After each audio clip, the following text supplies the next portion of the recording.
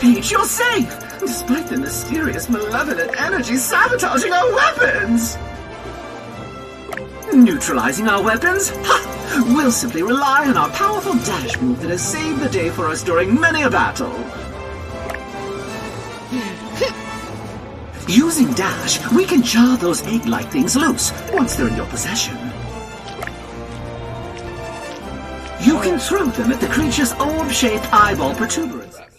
Which, what did they start as? Rayman, right? Yeah, so, like, and I've started the show, but I want to keep this conversation going. Yeah, that's fine. Because, like, hey, what's this up? This is Angela's show, so yeah. game's coming in. Yeah, so Francisco and Charles here for Sports Goofs 156. I've labeled it peer pressure. I was hoping Andrew would pop here because I wanted to rant on the Boston Bruins, but I'll do it myself then. But anyways, so... yeah, we haven't talked gaming in a while because gaming is happening this week. Yeah, this is a good week. This is a good the last third of this year is of course the season, right? So like just all these games coming out. You're sending me all these things from the cheap gaming. A cheap-ass gamer. Yeah, exactly. Follow him on the Twitter. Jesus. Yeah.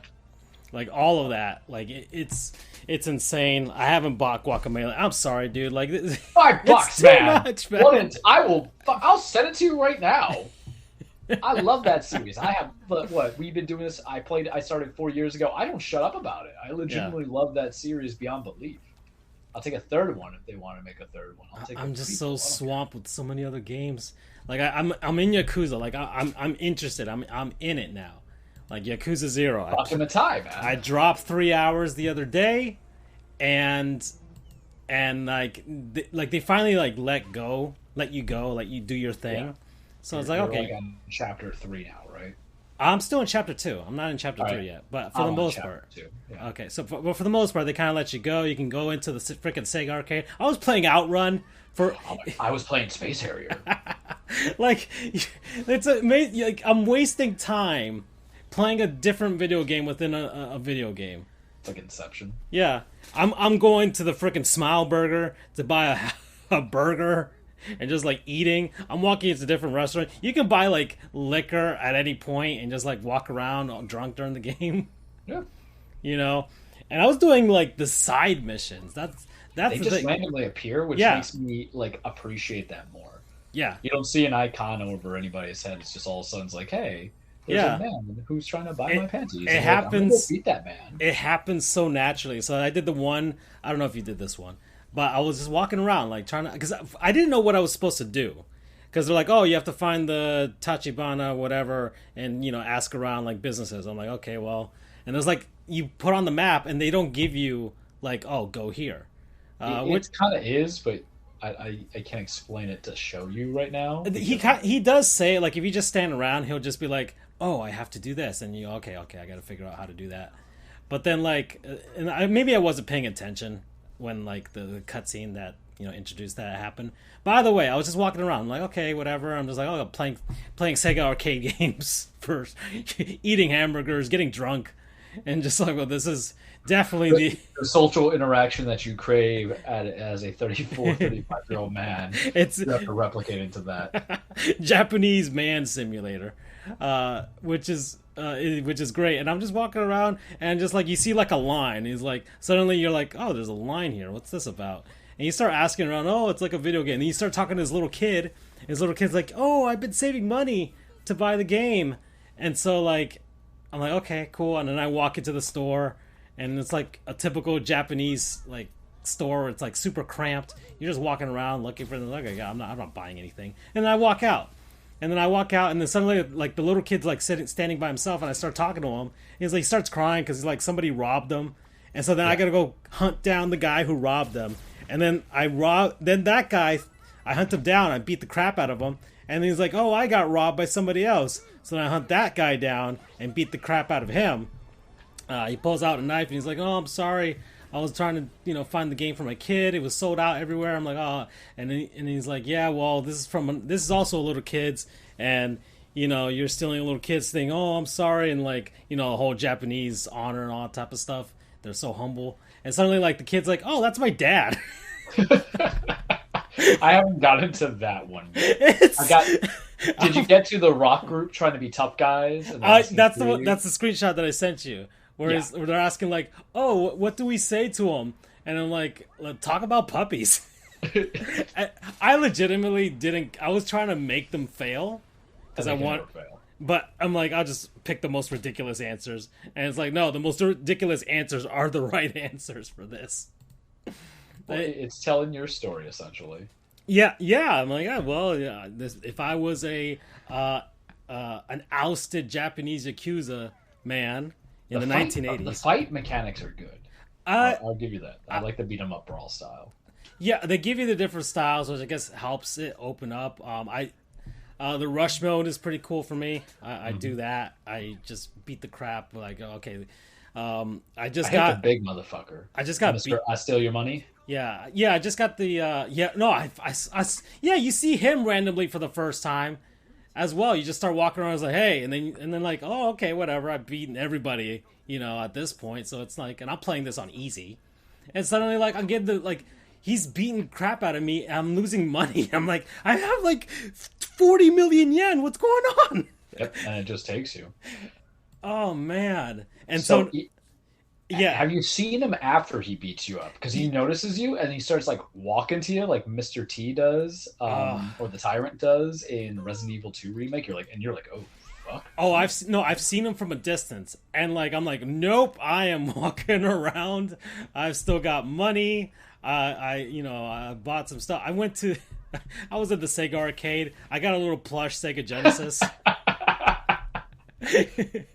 Like I'm over here getting plushes. I'm trying to get that plush from frickin' Fantasy Zone. That's really hard to get. I'm just like all these Sega references, like pre-Sonic that I recognized. Which we love. Yeah.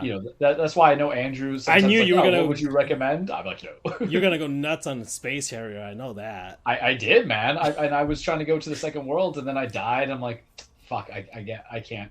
Because you know what it does? It saves me actual money from playing the Sega Genesis collection, and or prevents me from having to buy it for the eShop, which I should just buy it anyway. My own leisure. I just have to switch online, which you get most of those games that are on there anyways, except for Sonic. But anyways, so yeah, Yakuza's been like I finally I got into it now. Like I'm invested. As soon as they like let me go and do my thing, I started like, oh, this is why there's like 8 games in this series. Yeah, and ironically, I think what happened was I saw the Baka Mitai memes. Yeah. And I heard the song. I'm like, oh, this is actually one of my friends plays it. And she sent it. I'm like, man, this is like excellent for like a video game song. Yeah. And I'm that person who gets obsessed with the idea of how did we get here? I need to know. It is unavoidable. I want to know. I must know. I need to know. And I just go out, and it was on sale for $5. And I was like, yo, I'm buying this. Are you buying this? And you followed me into that dark hole, which I think will open up after God of War. Obviously, there was other obligations I had to attend to, and cater to, which I don't regret because that's tomorrow. So ready for that. Oh yeah, no, it's gonna be insane this week, man. I beat Mario and Rabbids, so that was like, I think I got to like close to like 40 hours on that, right? And I'm not even I haven't even 100% in it, but I've got like I'm like at like 89% done with it. So I've almost 100% in it. I bought the DLC already. That's like whenever that drops, they got Rayman coming. I'm gonna be excited for that. Like I'll go back to it, so that'll be fun. I recommend it. That's basically an on-sponsor already, so this like, everybody knows. And then like bought Sonic, so that's happened. And apparently he has his shoes for Sonic Adventure 2, which has made it worth it at this point. And I got a free game with that called Everhood, which is like 6 hours long but has like good reviews. But screw it, it's free. An indie game with like this Fanatical website, which is like I've gotten like already like 3 free games from that website already. Just signing up. So that's how they get you. This is why like PC gaming, like I've got like $4,000 worth of games thanks to it. And I can't even imagine you with it would be absolutely atrocious. Yeah, you Starbucks coffee. No, I'm spending spending my $8 on everything. That's really how it ought to be. Yeah. My logic is if it's a cost of a Crunchwrap Supreme, I can skip it. I will not have the Taco Bell, and instead I'll go elsewhere because games are expensive, and what comes out tomorrow. And do you think I'm paying $70 for God of War? No. Do you know how much I'm gonna pay for that sumbitch tomorrow? $0 because I have the $40 from my Best Buy certificates that are expiring later in the month from buying the dryer, and then I have still gift cards from last Christmas. And what I would tell anybody who thinks I'm frugal, frivolous, or cheap, I absolutely am. Yeah, I get off hardest in life knowing that I can get a day one game for free. It was a Splatoon. Like on Splatoon 3 came out, didn't cost a single thing, and I got some freebies out of it. Yeah. This time I don't have to go for the freebies per se, but I'm excited for that. But I don't pay full price for nothing. I think my standard rate of gaming that I would buy, like what's my soft touch kind of price that's like fine, I won't blink about it, hate it, is if it's 30.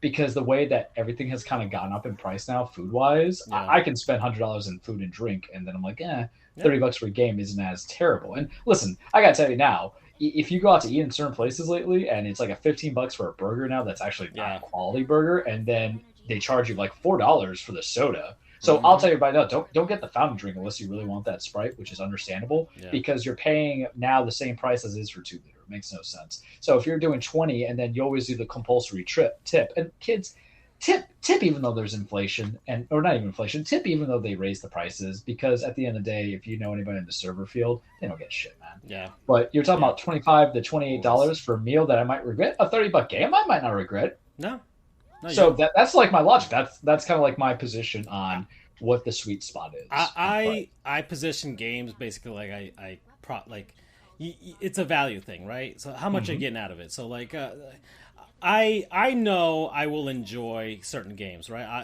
I thanks to the coupons and all that stuff, I got Sonic. I got the digital deluxe edition, which is like, I think it's like you always get something. They have DLC coming out too. Yeah. It's like $75, something like that, right? And it's like, okay, well, with the coupon, I get it for the base price. Well, you take that jump. Yeah, I got it for the base price, and I got freaking 3 other games for it, like free on Steam at the same time. So I got like, and those games aren't like, they weren't like, like those $2 Most games. indie games are $10, man. Yeah, but they were basically the one that I got was $15. The other one was like $10. It's like, okay, well, these are actual games that have good reviews and are competent indie titles and puzzle games and stuff like that. I might one day get to it when I'm like 70 and retired, right? And I can quit this law game finally. Like that's how I see it. And I said, okay, how many hours are you gonna get out of it, right? It's like, okay, so this Sonic game is 20 hours from what people are saying. Meaning for me, a diehard, I'm gonna get like 30 hours out of it on the first playthrough. And I think that's why, to this day, I enjoy the Resident Evil series. It's why, to this day, I will not buy RE3 Remake, because it's literally only 6 hours. And I'm not putting $15 in 6 hours. $10? Yeah, I can do that, sure. But $15 for 6 hours, I can get that bad burger. You get it somewhere. Yeah, well, you see that. Like Mario & Rabbids, I'm like, I paid full price, $60. But... But you and I are two different people, though. You don't literally hate yourself. Like, I feel disgusted that sometimes I have to pay something. Like, I literally, it's, oh man, it is the most unsatisfying feeling. It's like going to a therapist after you have finally come to cleaning, and then you realize that your therapist screwed you over and you weren't healed at all. That's how it feels. Like this idea that I was okay because I was doing this, and all of a sudden it's like, oh, you have a lot of trauma that it wasn't unpacked properly. They just told you it was okay. And I pull a sneaky on you. You're like, what the hell is he going to mean by that? Because sometimes there's bad therapists out there. Yeah, and they tell you it's fine, and they don't you let have to shop around. About it. You have to shop around with therapists. Like if you get one and you don't click with them, you gotta you gotta cut bait and immediately go to the next one. So sometimes you get lucky, you get them on the first try, but other times it's just like no. So, but like. Yeah, no, this is Sonic Frontier, so I got that. I still haven't got Bayonetta. She coming, but I don't need her today. Exactly. She came out at a bad time for games, really, when you think about it. I got Mario the week before that, which wasn't helpful, and then I was engrossed with that. I beat it relatively quickly, and like I just don't know how you can come home from work and want to play video games. I'm fucking exhausted, man. You do more demanding work than I do. That's the crazy part. I wouldn't say that, but either way, I just like I know what I like, right? So it's a Mario game. I love the first one, and I was just like, I gotta get through this, you know. But by the end of it, I was like, okay, I gotta beat this, because if not, I'm not gonna 100% this on my first try. Like I wanted to, but I'm like, I started Yakuza. I want to get that running. There's some other PC games I've installed on here that I started and never finished, you know. And then and then I knew Bayonetta was coming, so that was a hit. I was waiting for Sonic Frontiers to see the reviews. Like that's a 7. Oh, 7 is basically game of the year for Sonic, you know. Sevens are good. 7.5, right? So I feel sometimes we're too spoiled on those 8 and 9s, and we got to realize, you know, the 7s are only unacceptable, truthfully, on those big AA, you know, or AAA publishers. Yeah. Plus, Microsoft doesn't make games anymore, so I can't even use them as an example. They screwed up Halo, so. Right. Yeah, and then yeah, Sonic has like a stigma to him too. Like, there's probably reviewers out there that like can't bring themselves to give Sonic an 8. I mean, there's literally people who hate Frontiers, and I thought Frontiers was just lovely. Or Forces. For what it was. Forces, I'm sorry, I'm thinking that. Yeah, I thought Forces was just lovely. It was a Christmas gift, so it's free. Yeah, but you know, I maybe that colored your expectations, I guess. Yeah, I thought it was fine. You had nothing to lose with it, right? So it's like, well, but it's also a quick 6-hour game. Yeah. So I have nothing to like. I think they sold it for like $45 when it came out anyway. Like they knew. Yeah. And then it came out free because not Nintendo, but PlayStation and Xbox were like, we'll buy your rights for it, put it on as a game of the year. Or I got it for $20, so yeah, that's fair. Like I think that is appropriately priced for that game. I get 6 hours of mindless stuff that's sometimes cute, and then I can play. The only complaint I have is I just didn't play as enough Sonic. That was it. Yeah, and it's a fast game. It's whatever. It's not the best in the series. It's just, but it's not the worst. That's the other thing. It's not the. It's legitimately like an Elsewhere kind of game. Yeah, and that's why I didn't hate it. It's just, it was like a bridge. Yeah, it's not. Which one's the one with the worst one? The one with the sword, right? Sonic and the Black Knight. I played. I think I emulated that, but I don't think I played through it completely. Unless you want to, it's a sports show, everybody. Unless you want to count the remaster of Colors that didn't do so well on launch. And apparently, somebody's remaking Sonic 06 on PC, and from the ground, and like they're fairly deep into it already. So I'm waiting for that. Because I don't want to buy the 360 version. Because it's like, okay, they're gonna remake it and improve it on PC, and Sega doesn't give a shit. They're not like Nintendo. They won't shut it down. They'll just be like, Sega is smart to understand free shit. You know, like the free publicity is better than you know paying for bad publicity. And the Sonic fan base is booming. Weird. No intended. No, we're weird. We're weird. We're a strange bunch of folk. But right now it's a good time to be a Sonic fan. No, because you had 2 good Sonic movies. I didn't see the second one yet. You had screw this guy. I'm playing Splatoon in the background. Yeah. So I have to get ready, man. I have to get ready. We'll talk since we're on the gaming show, peer pressure. We'll talk about peer pressure. I can't decide. I can't either. It's gonna happen on game day, and I'm gonna have to make the choice: do I pick my past or do I pick my future? And that's how I'm gonna get my starter choice. Because I think that's the only way. Like I told you. Yellow, Yellow was my first Pokemon game. I got Yellow, like it was Pikachu, right? So then I got Gold and I chose Totodile. Then eventually got Ruby, and I chose Trico to start. And then I got Silver, Gold, the remake of Gold, and I chose Totodile again. And then I got the Sword, and I chose the freaking the bunny, Score Bunny. So I chose Grookey Pie. One of each type. Cute, and it was Donkey Kong. Yeah, and I forgot the nickname I gave him. Yeah, because I had to give him something cute. Yeah, and I don't remember what the hell it was. So I'll have to load up Shield. I can't choose between. I have chosen every single type. So that's why think the same way. The logic has to be to choose what you were originally going to choose in Scarlet or Violet. Yeah, or do I simp for like the character that I like in Splatoon that's representing the type? I have no idea. Do I go with my big man Ray guy, or I'm not sure. But yeah, no, it's crazy. That's the hardest decision. That is legitimately hard. Usually Splatfest, it's like silly and innocuous, and you're not going to be thinking about separating families and destroying people. This is one of those times where I'm like, oh no, this could actually, create the War of the Roses here. I get it. No, I think and they did it in the second one. Like they had the Teenage Mutant Ninja Turtles one, but I already knew I was Raph. I'm like, okay, this. Yeah, like without question. like it kind of. He's got size. He's angry all the time. Yeah. I'm like, that's me. He drives the first movie. Like the first movie is about him. Oh yeah.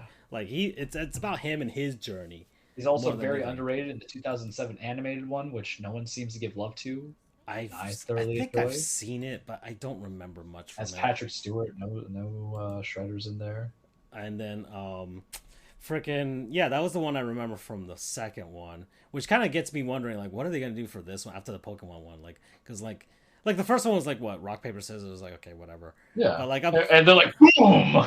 But I'm like, okay, what's with the brands? Like, how's that? Like, just these choices that we got to make. Oh no, because I'm afraid of of May. You know what May comes out? Zelda. Which Triforce? Oh no, it's gonna be the Triforce. It's gonna be like, are you a Triforce of Courage, Wisdom, or Power? Yeah. So it'd be like Ganondorf, Zelda, and Link. That's what it's gonna be. That's got. Oh, we already predicted that. Watch, that's it's gonna hard. be. It's gonna. That's what do you pick? Yeah. Do you want Wisdom? Do you want Power? Or do you want Courage? Right? Because bastards. That's all I'm saying. Bastards. Yeah. So that's. I'm already excited. So yeah. Then we got Bayonetta. You got God of War. Immediately, hurricanes coming. You're gonna be hunkered down. I got a semi just hearing that. So explain to me how Nintendo was trying to screw me over my God of War time, because I can't say no to a Splatfest. You know this. We did Splatfest. We put 5 hours, and I'm like, I was dead time. Like I got my caffeine. I might as well just had a fucking it's Code Red Mountain Dew. It's the downtime, right? As soon as you because like in the last Splatfest, I did my thing, and then for like a day, and then I was like, okay, and I did. The worst thing was I got discouraged because of how badly our team was losing. Oh yeah. Like I was like, we are getting absolutely like handled here.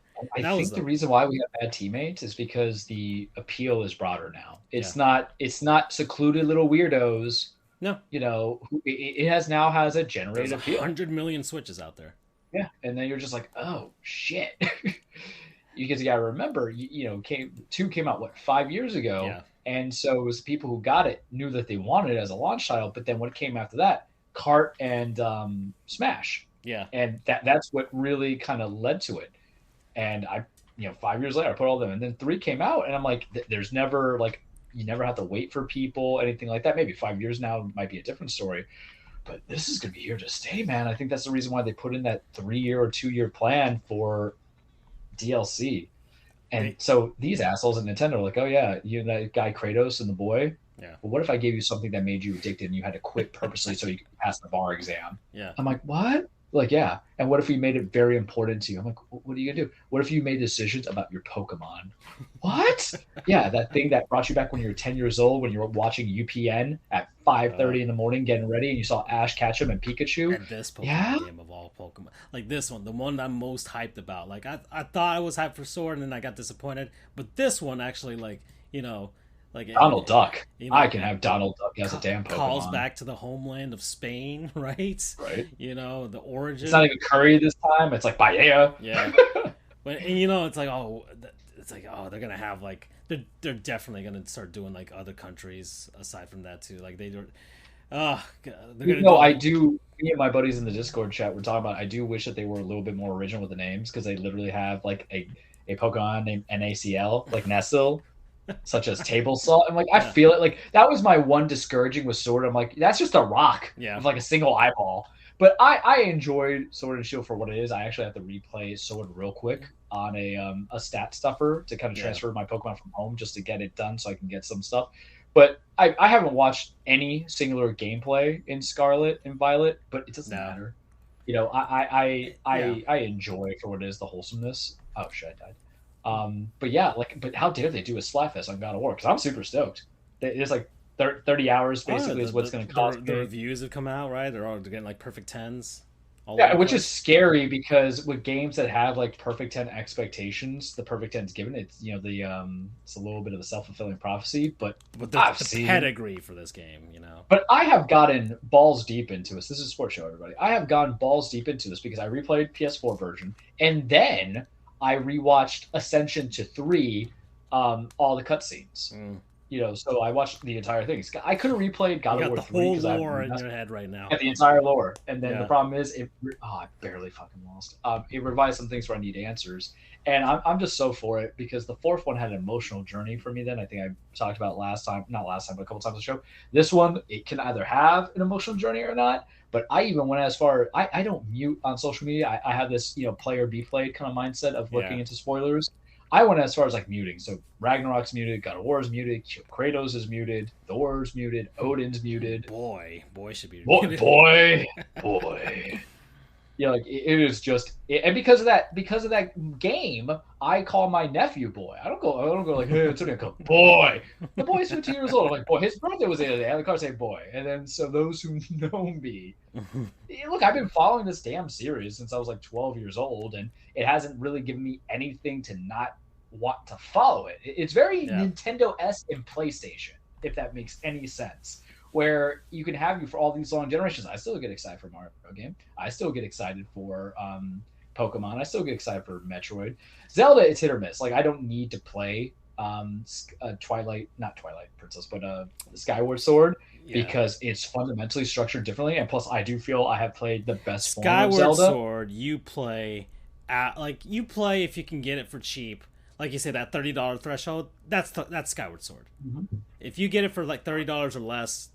With that's Skyward Sword. That I wouldn't. It's a Wii game. Remember, it's a repackaged Wii game, and I mean I remember some things from that game, but there's just like some things I just don't. It is a very Wikipedia game. Yeah, Twilight Princess, I remember moments, right? Wind Waker, I remember moments. Even Breath of the Wild, I remember moments in those games. Majora's Mask. Breath of the Wild is just so goddamn But like good. Skyward Sword, I'm just like maybe like 2 things that I remember from that game, and then the rest is just like okay, all right. Maybe not the best Zelda either. Like she wasn't that great. And just yeah. Is that up for debate? Because I think structurally, if the one who bucked the trend of stereotypes would legitimately be Wind Waker Zelda because she's a pirate. Yeah. So like I like the personality, but she felt the least Zelda-esque. Well, that was the point. Yeah, that was the point. She was in hiding. They hit her, and which Wind Waker is actually probably my favorite Zelda aside from Breath of the Wild. Man, like there's even debate that you can make that Wind Waker is better than Breath of the Wild. Well, people make that debate all the time. Like I'm surprised that the Switch doesn't have Twilight Princess and Wind Waker HD on there because that's like easy money for them.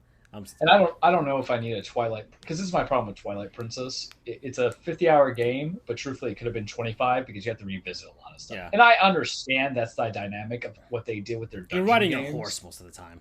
Yeah, but the whole thing was cool. Like fine because that was actually my first Zelda game that I ever played out. Because remember, like when I was in SNES and all that stuff, when you're younger. I'm like 7. You don't play them Zelda games when you're 7. My parents didn't play games like that, so you couldn't get that help. So it came in later, and then I played Twilight Princess when I got my Wii. I'm like, oh, this is cool. And then I just kind of went everything on it that I wanted to, and I played, when Nintendo had the expansions and stuff like that, I played the other ones, of course. And I even like what they were doing, like Link's Awakening. That was cool. Yeah. Like I like going to Kohana Island or Village in that claymation cutie. I would actually take that. I think they should do that with A Link to the Past, I think, would probably be the next one that they should play with. Or it depends what you want to do with Wind Waker. Actually, if you do a Wind Waker remake, then you should just remaster the 2 little side stories, the Wind Cap stuff, or whatever they called it. Ooh. Yeah. I played Storming Now, boys. Yeah. Oh, there's no antenna. Oh no, Andrew. So it was Storming Now, boy. So I'm God of War. I'll get the PC version. Like Epic Games always has their coupon that they give out. that's like it'll probably be discounted eventually. Like Sony's putting all their games on PC, which is great for me. I don't have to buy a PS5. So you would need a remote anyway. I think people need to realize why this is important to me is because this game is justification of me getting a PS5 and remote. Like I wasn't kidding. I told you this is the first one that's like, oh yeah, this is for this. Yeah, and what cracks me up is people are like, well, really, it's just a maxed out PS4 because it was developed to be an all-out PS4 game. Okay, and it doesn't mean it has 120 frame rate. Yeah. I can't speak FPS. I'm good. That's what I had the TV for. When the true PS5 games come out, which I would venture Returnal is actually one of them, not Horizon Zero Dawn 2, or technically Forbidden West, and that I have mixed feelings on that game because I have the Game of the Year list, and that is actually not in the top 3. For it, which is surprising. They're remaking the first Horizon. Again, yeah. Oh no, you should definitely play the first one. First one's superior. Yeah, but I wouldn't. I'm waiting for because they're remaking it. Yeah, like, there's no point in me getting the first version of it on PC if they're just gonna remake it. Yeah, I mean, I wouldn't replay the first one, but it was damn good. Yeah. Let's see. Oh, that's half an hour. Any other thoughts on gaming? I mean, well, I guess there's not really. It's like this is the end of the year, so that's basically my gaming taste for now. I'll try and I gotta dedicate the time. Like Yakuza, I want to beat this month. I really do. Sonic is gonna, like I'm gonna stop everything for Sonic. Like I'm installing it right after the show. And I don't know if I'll stream tonight. I have to. Hey, see, this is why I love it when you buy games to stream because I'm one of like the creepers who watch it, so I can be like, "This is my cup of tea." Yeah. Oh no! And I did that with Rabbids. Unfortunately, so when I watched you play last week with Rabbids, I was in the final world. I'm like, oh, oh no, yeah. Because Rabbids is a back and forth game. Because you always tell me, yeah, you can get free. I'm like, yeah. But like turn-based strategy, man, if you can't hook me, if you can't keep me invested, I will. That's why everybody loved Persona 5, and I'm like, I understand it's a JRPG. And, okay, so the consequence of JRPGs, and we talked about this the last time it was a game episode, is that they are purposely too long to get to the point. I'm a very to the point guy. I am the Dave Chappelle wrap it up meme that they're going from there, and doing that. I need to figure all that nonsense out. JRPGs do not speak to me anymore. But they have good epic battles, and that's the thing. Like, I get it. It's like I don't want to discount it and not make it seem like it isn't good shit. And like, there's parts of Persona 5 that I like. I put 20 hours into it. I think it's really chill.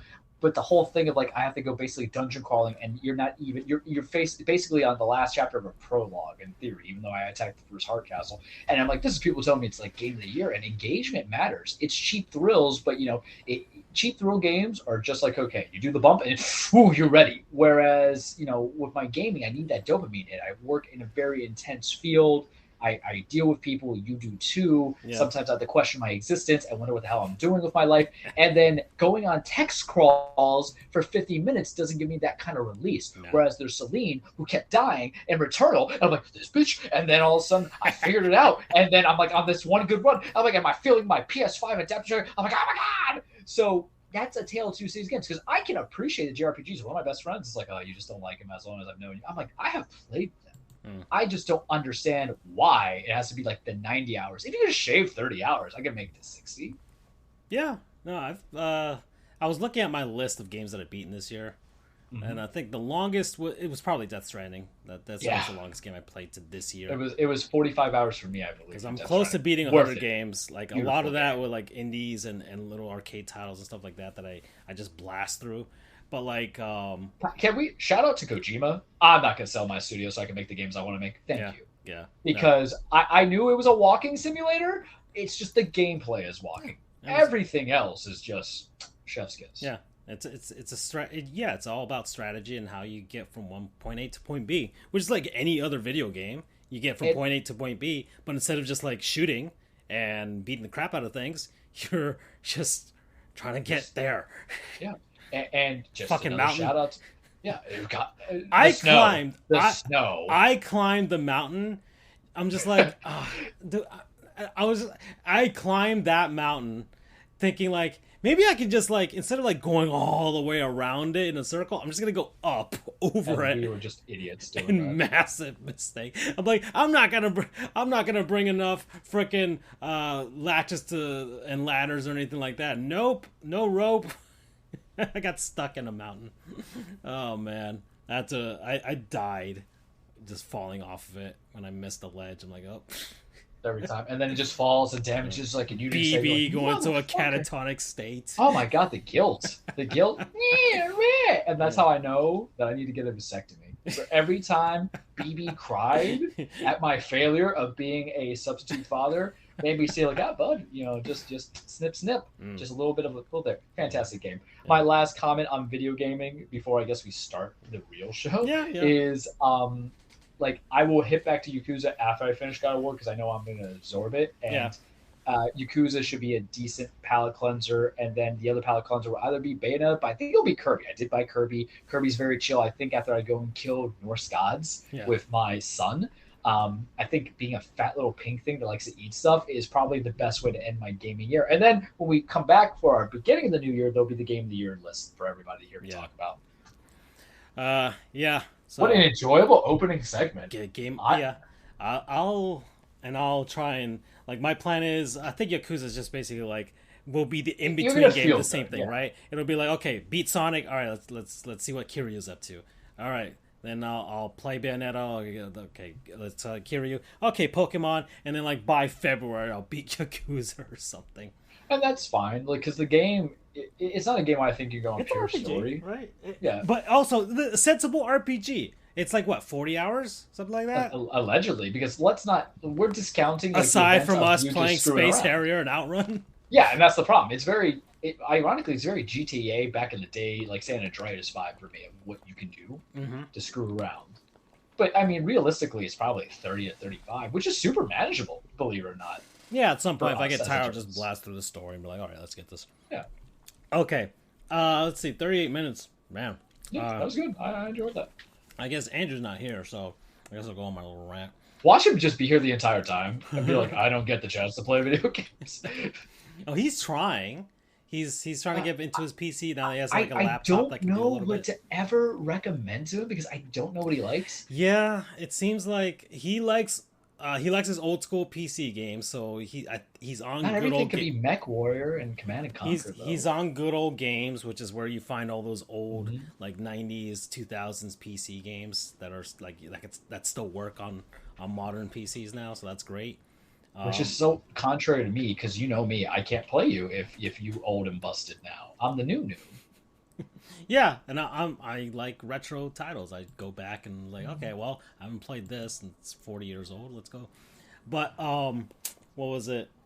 It's hard to recommend. Like, I tried Rocket League with him, but he got frustrated because people were like, it's Rocket League, and Rocket League's hard. You really do have to put in hours just to get good at that. I put in like 15. I think I only played like a couple times with you guys. Yeah. I don't think it's hard per se. I think it's for him. Easy to learn, hard to master. Yeah, and I think a lot of times people want to be the offensive juggernaut, and that's not how you should approach those kind of games. For me, I found it more enjoyable if I was a good defenseman, but just don't make me the goalie. You know what I mean? I have no problem being like the front man. I will say this: he wants to be a goalie because that's like that calls to him. He loves goalies in hockey. That's super hard. He loves catchers in baseball, and so I try and steer him like, look, work on getting to the puck and just like working with that. Not just that, but he has to fine tune and tailor his axis on his control sticks. That stuff is just like a shooter, it's super important to know, where everything is moving, which is Y and X sensitivity. Yeah, no, that's like Splatoon is tailor made for me already. Like and I don't change much from like the default settings at all. I go by like 0.25. Okay. Behind something like that, like something too wild. Yeah, and I don't want to tweak it too much. Like now, I'm playing at my peak right now in Splatoon, man. I am absolutely. Oh, your boy's been doing good here. I'm seeing. Okay, I'm getting ready for us. You having a good night? All right. I mean, I've lost a couple, but I've been in 1,000 range. I've been trying to up my record for the last 50 games. On the app they show you, and I think I'm back up to like 10 games above. Like, which okay, that's good. Yeah, but, I mean, I get sometimes the bad hand. land, so that's it. Oh no, like, there are spells, and it's like at night you'll like late at night. One right now. Yeah, late at night after like 10 p.m. you'll get the people on the East Coast who are adults, like not little kids. All little kids have gone to bed, right? You'll get adults who are blowing off steam just like the rest of us, and you know this guy's mastered being a sniper, and it's just sniping people's heads off left and right. See, for me, what I've noticed, and I talked to you about it, and it held true on this run through, is I gotta avoid dying too much because the refresh rate to come back, or the respawn rate, I had 1035 at 5 kills. Unless you got the gear. Unless you got the gear. Yeah, well, that's the thing though, because you know what I like to do typically turf war is unlock all my gear. Yeah, that's what I'm doing too. And so if I just not die, if I can just keep my depth to like 2 to 3 a game, then I tend to win more. I think it's because I get too frustrated. That's how I see it. If I'm on the floor, like each time you die, it's like 10 seconds that you have to get back. Well, remember when we were in Mako Mart it was Mahi Mahi on Saturday, and I was like super frustrated by just our other teams, and I just kept getting caught in the mid, trying to get the launch because I just couldn't break out of that habit. I think sometimes you just got to be patient and wear people down. Like I was on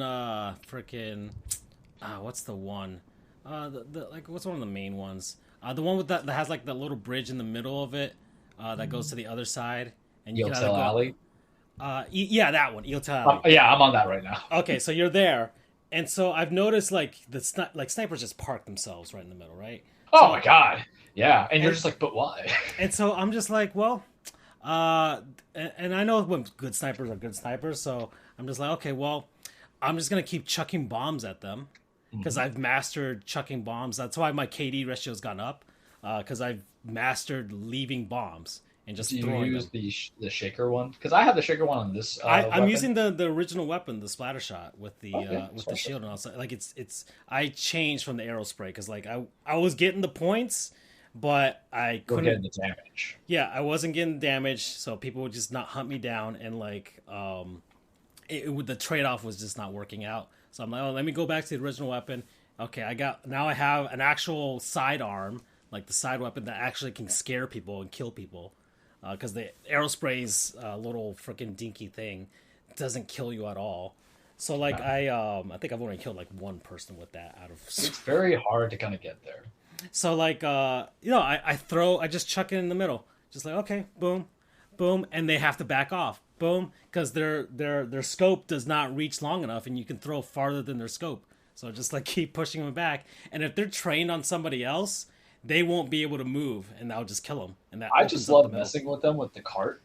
Oh no, that was perfect. You just I would literally come straight to them, and they're like, "Oh fuck!" Just bull rush them, yeah. Oh, it's fantastic because I have to prepare for what weaponry we're going to use over the weekend. Yeah. So that's basically what it is. I'll probably still keep the same thing that you saw me with Sunday because I was doing fine. Depends on the mode, right? If it's splat zones, and I'm just like, okay, well, I might switch back to the arrow spray just because I just need that to really kind of get the land and everything. Yeah, exactly. Yeah. Just keep going, just move. But my evasiveness has just gone up now. See, my evasiveness is just whatever, it's just because my problem is I'm always like a second too long. And like in sports, ladies and gentlemen, which is what the show is, you have to just know when to throw the ball away. Know when to throw the ball away. Looking at you, Aaron Rodgers. Yeah, you see how we just transitioned it? It was perfect. We're at the 44-minute mark. But all right, so let me get on this rant. So the Boston Bruins, they... clowns, but not clowns. I would say... these are it's Gottlieb's goons, but it's leaning more towards Favre's felons in a sense. Yep. But it's just a really dumb thing that they did. Probably one of the stupidest things that NHL team has done in quite a while from a PR perspective. So yeah, I don't know if you got a gist of what's I've been following it. I'm actually like committed to the weird shit. Yeah, that is hockey. Yeah, no, this is one of those things in hockey that's like that. Now that it just the outcry of it, warms my heart because it means that the hockey community is changing, right? Slowly but surely. I would say hockey fans are the more conservative side of the sports spectrum, right? Racist. That too. Some don't like the NBA. Well, to quote To quote Laszlo, fuck it, I'll say it, Mike. Oh man. So, but anyway, so yeah, the Boston Bruins of this guy Mitch Miller, who was originally drafted by the Coyotes in 2020, during the pandemic, and this had happened before with like Montreal with the Canadiens. They had drafted this guy who had, I think he was convicted in Sweden of like distributing like pictures of like a girl he slept with or something, or naked pictures or something like that without her permission, that type of thing. Because I don't know if it's US a revenge people, porn thing. One of those things. Yeah, basically it's either that or revenge porn. It's one of those things, right? So he did that. He got convicted of it. All this other stuff, and he actually did request like all these NHL teams and especially the Montreal Canadiens who did like draft him, like, don't draft me. Like, just don't do it. I'll play out in Sweden, and we'll try again some other time, whatever. Like he didn't want to, but Montreal still did it anyways. And then everybody was calling them out and all this other shit. So that happened, and so the same thing happens. The Arizona Coyotes, and the funny thing is, they had like a diversity culture panel. Like their owner or their CEO became like part of the NHL's like player diversity thing. All this other stuff that was going on during 2020. They have like the first Latino owner in NHL history, first Latino team president, and all this other stuff in Arizona.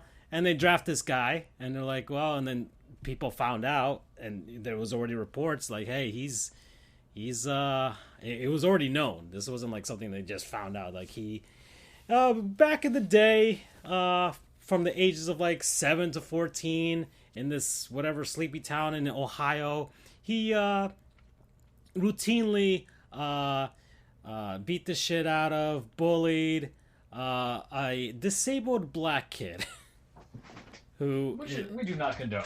Was adopted by 2 white parents and other stuff. Like just like he did that, and he did that regularly from the age of 7 to 14 to the point where he made him lick. And this kid's like developmentally challenged, and treated him like he was his friend, but he wasn't. He was just a fucking asshole, and made him lick a lollipop that they wiped on a urinal, and he had to get tested for an STDs because of that, and then eventually court order for all this.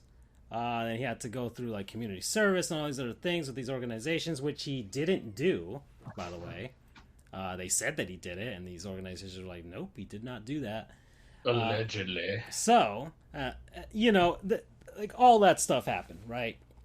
And then like he gets drafted by the Coyotes, and then like the initial outcry of people and the Coyotes like, whoa, go, and then they finally they drafted him, but they didn't do anything with them, right?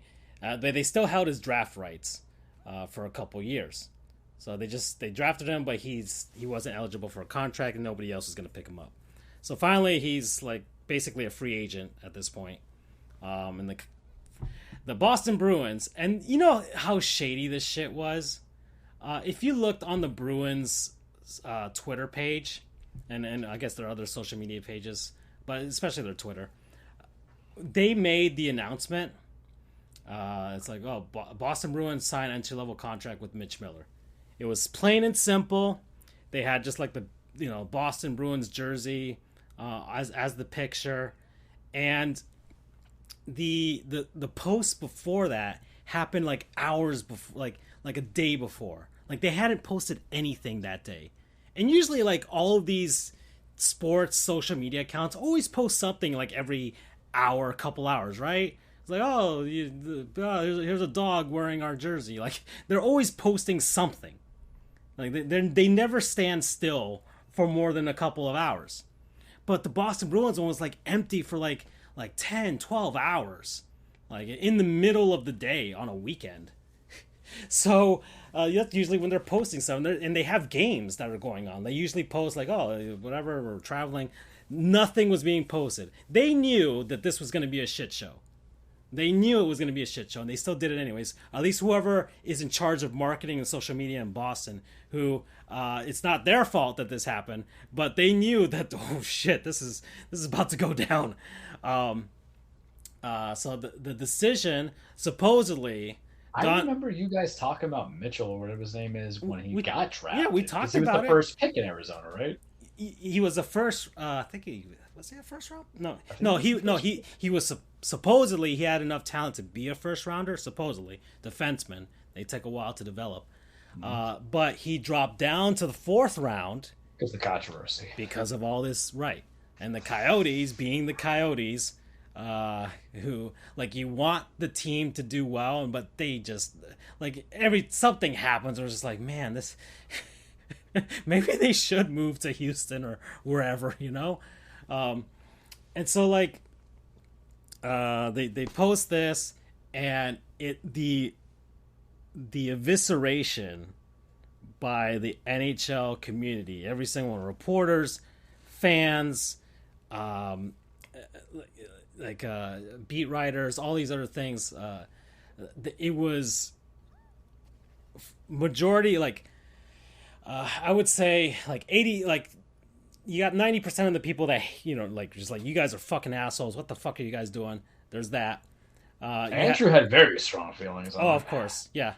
Then it's one of those things where I'm more risky to comment about the Kyrie Irving may not actually be anti-Semitic Andrew versus I'm not going to have an opinion on this Mitchell kid because I know Andrew's going to come at it. Because I'll play devil's advocate every now and then with the guy just to mess with him. Yeah, but it's not even I knew better. Not this one. You don't play devil's, and people, and you know, there's fucking assholes on Twitter that are like, oh, well, he was 14 years old. Yeah, 14 is a very cognizant, fully developed brain. Exactly. There's that. Yeah, because at 14 years old, in my line of work, you got to get tested. You got to get fingerprinted. At 14, have jobs at 14. Yeah, you got to get fingerprinted as soon as you turn 14 in my line of work, which means, you know, you're considered old enough to be doing some really shitty things. And this kid has been doing it for years, like 7-8 years, right? To the one person, and just saying all kinds of racist shit while he was doing it. So So just complete, like, everybody was getting on top of them. You know, fucking assholes who were like, whoa, who here was perfect when they were a teenager? I wasn't like bullying kids with disabilities. Yeah, and doing that shit's like sociopathic psychopath shit. You know, it's God knows what else he made him do. Exactly. Lollipop and then lick this. I'm just saying. And you know, it starts at a young age. Like you like if, and it's like, you guys, if you guys are okay with that shit, man, I feel sorry for your kids. We don't need your followers. If you exactly. Guys even I don't give a shit, man. I got way more followers on several things. But anyways, like, the Boston Bruins were... oh, damn. They sent out their GM to take questions from the reporters in a teleconference.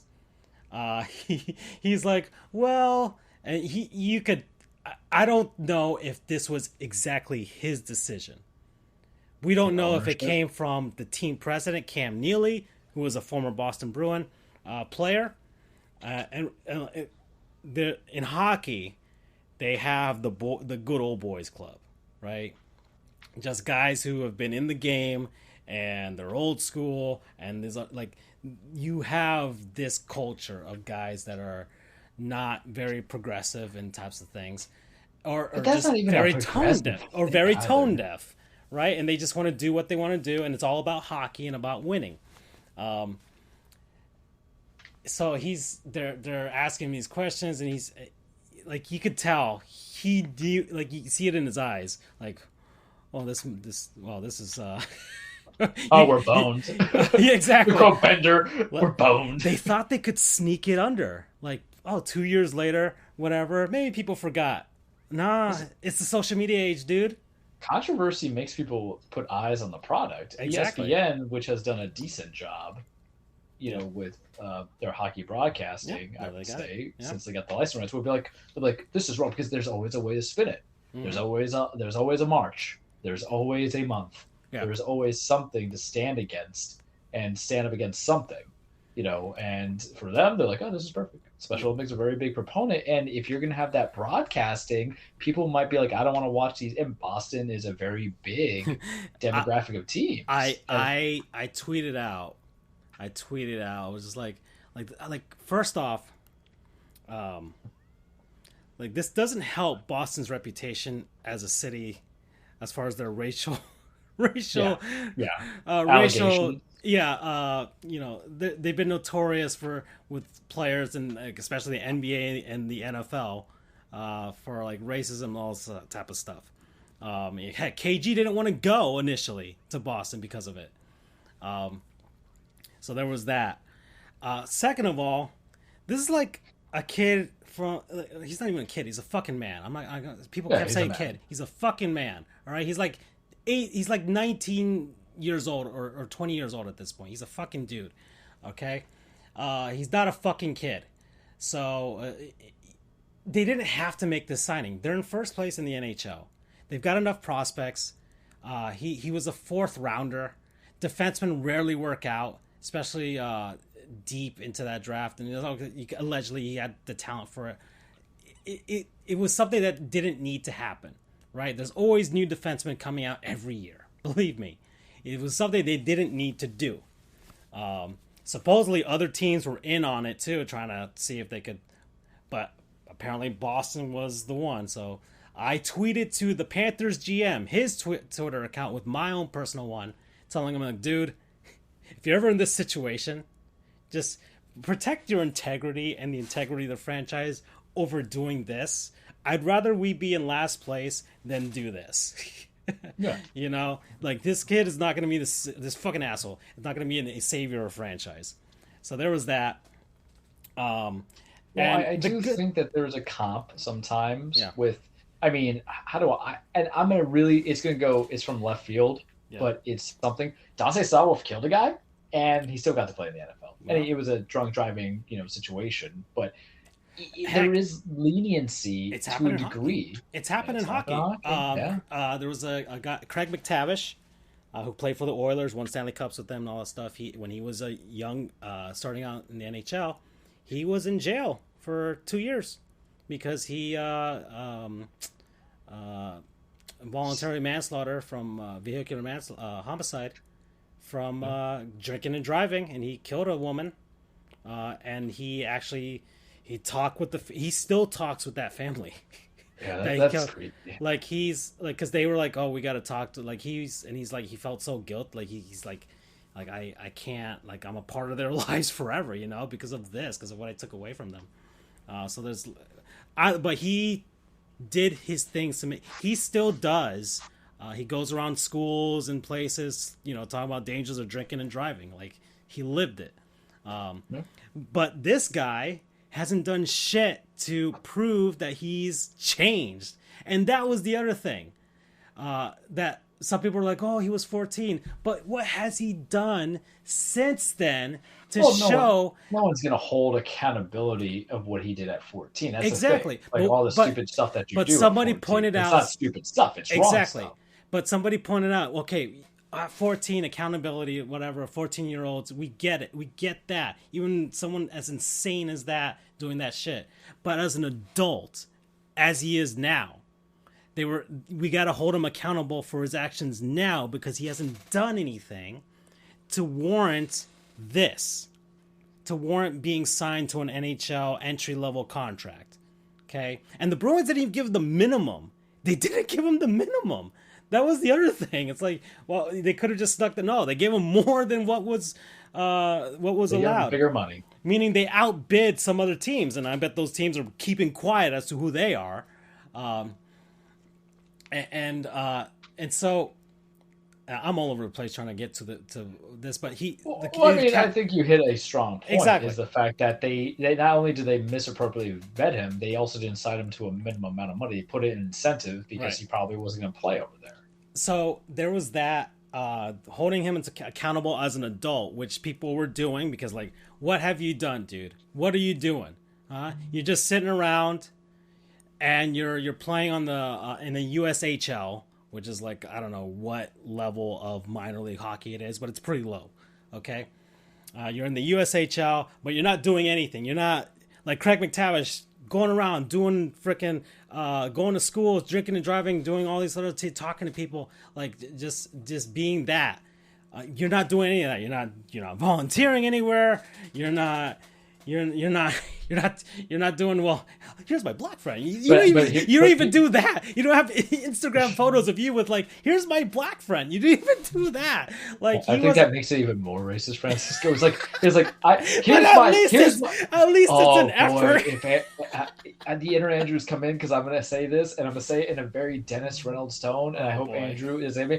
You can't just go there and be like, this is my black friend, this is my disabled friend. There's some things you don't. There's some things. That's like Kyrie Irving be like, I'm not anti-Semitic. I have a Jewish friend. There's some things that you don't come back from. It reminds me of the episode where the Wolf Cola got in trouble for Boko Haram, and they went on the news, and then people find out he hates dogs. Yeah, like sometimes it's the fact that Mitchell did is something that's so extreme. Yes, that you can't really find a way out to say unless there's your own accountability. I will be like, look, it's hard to come back from that, right? Yeah, that's gonna follow him for the rest of his life, especially now with social media. Like you just search his name, it's all over the place. But like, and it's pretty egregious of events as exactly.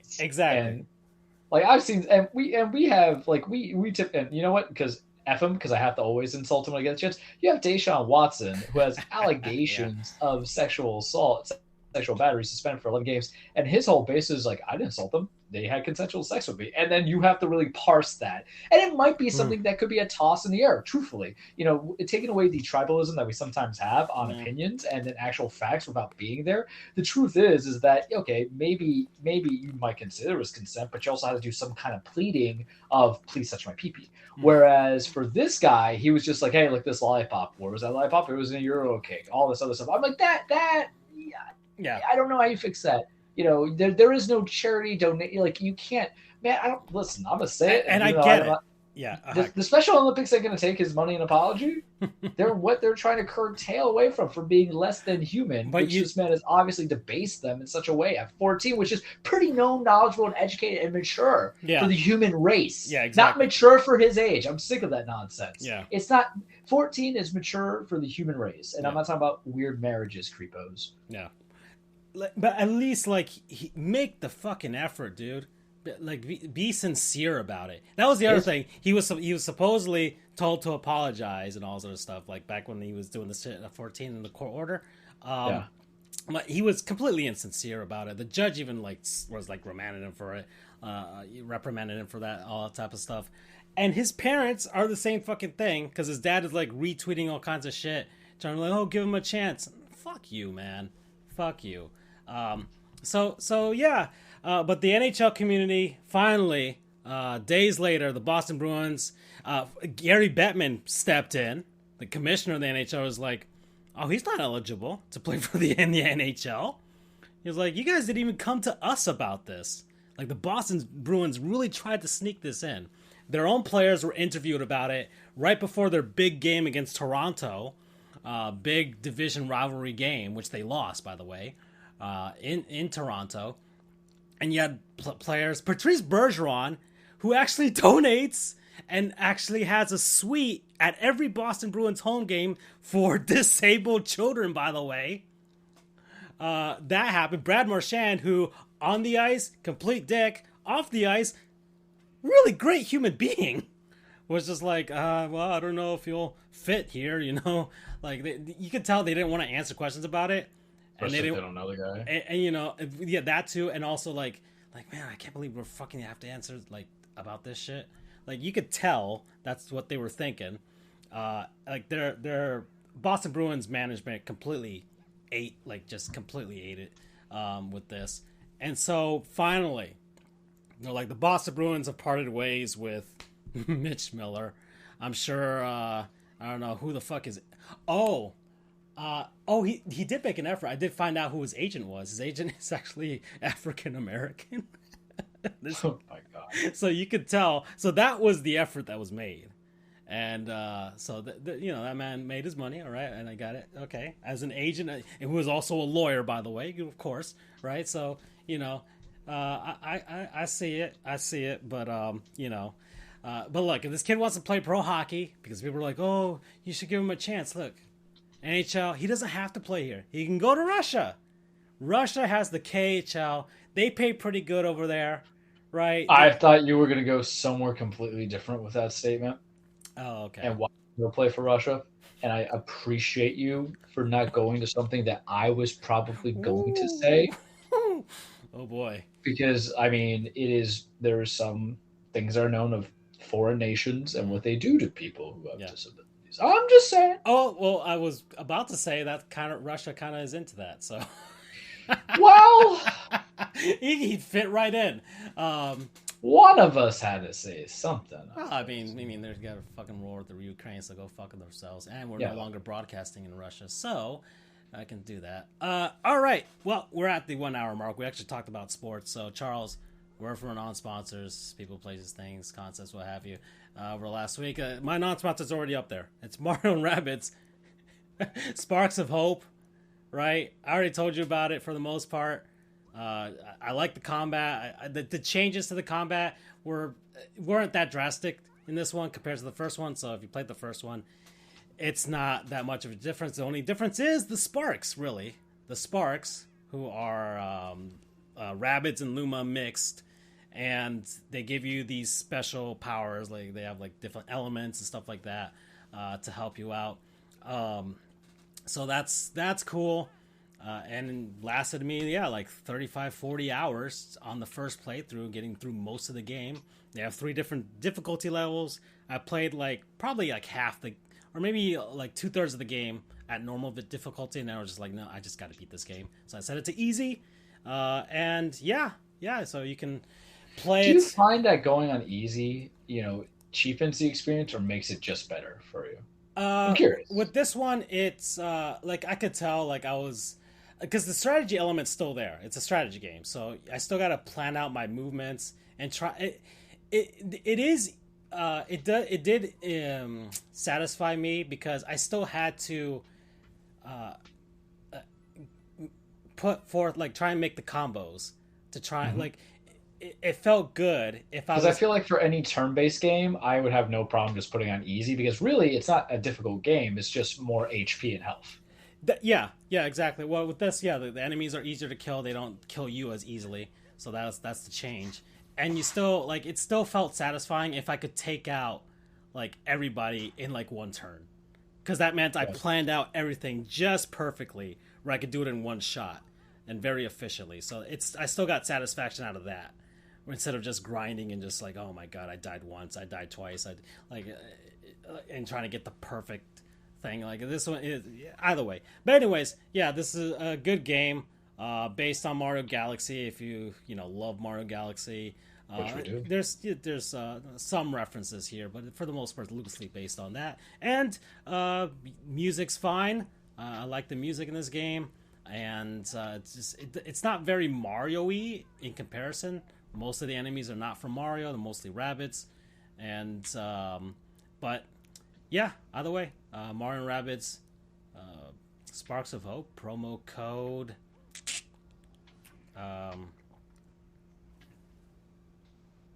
Gosh, man, what's the thing in the game?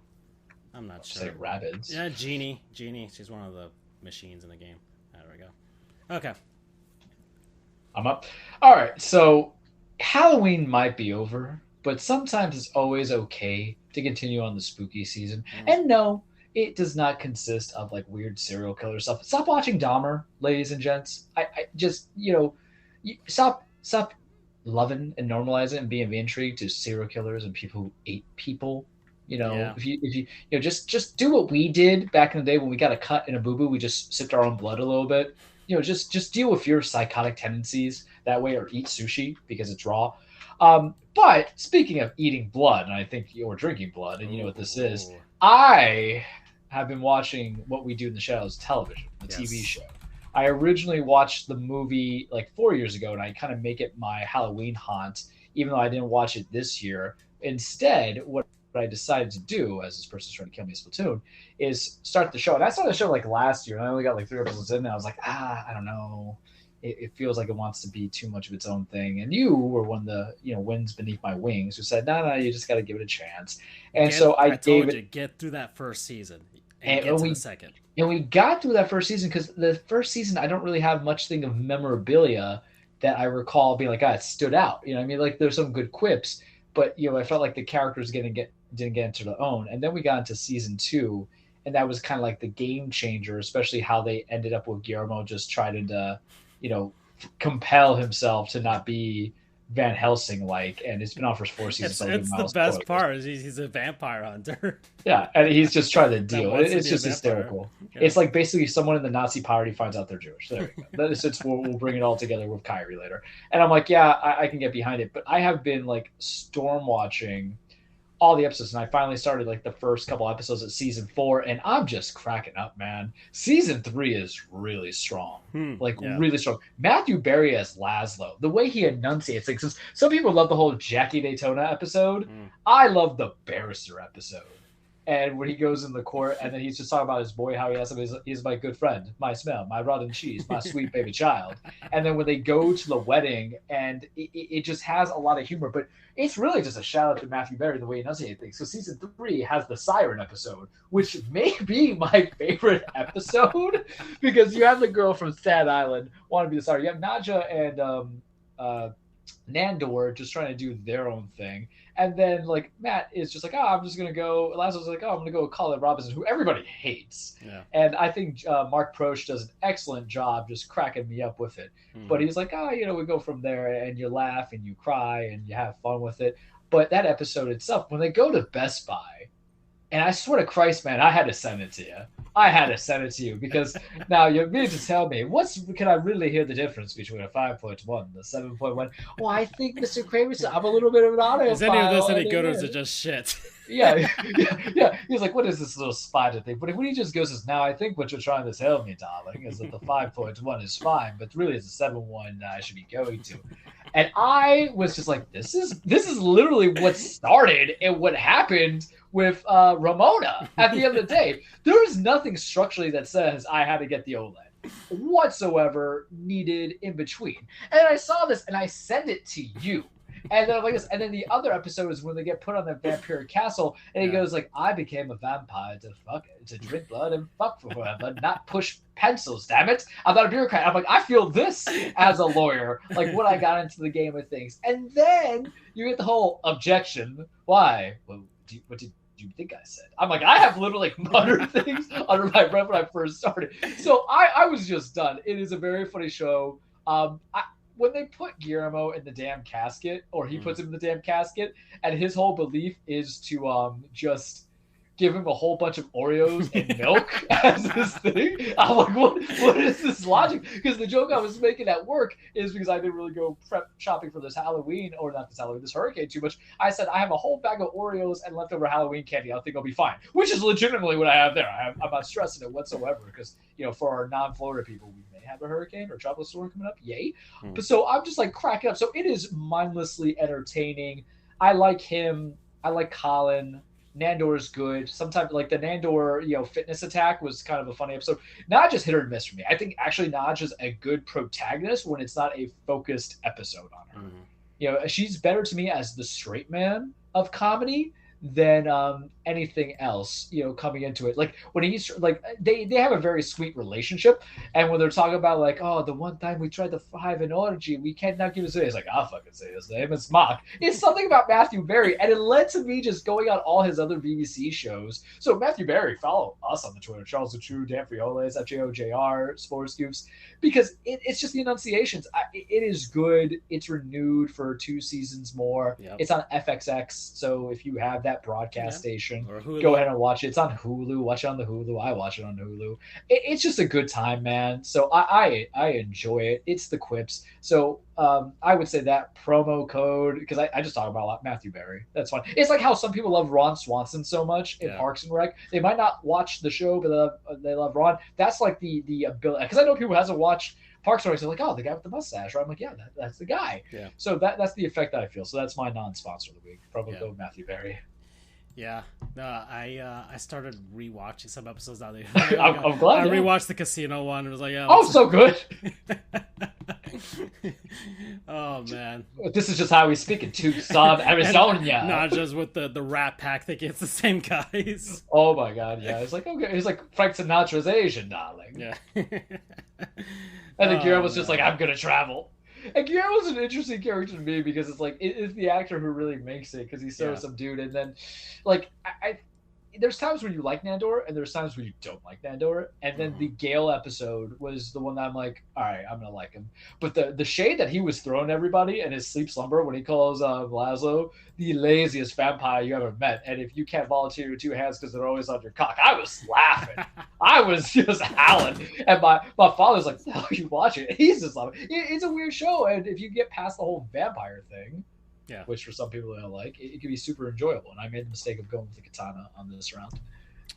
Oh man. Okay. The siren episode, man. Yeah. All I gotta say.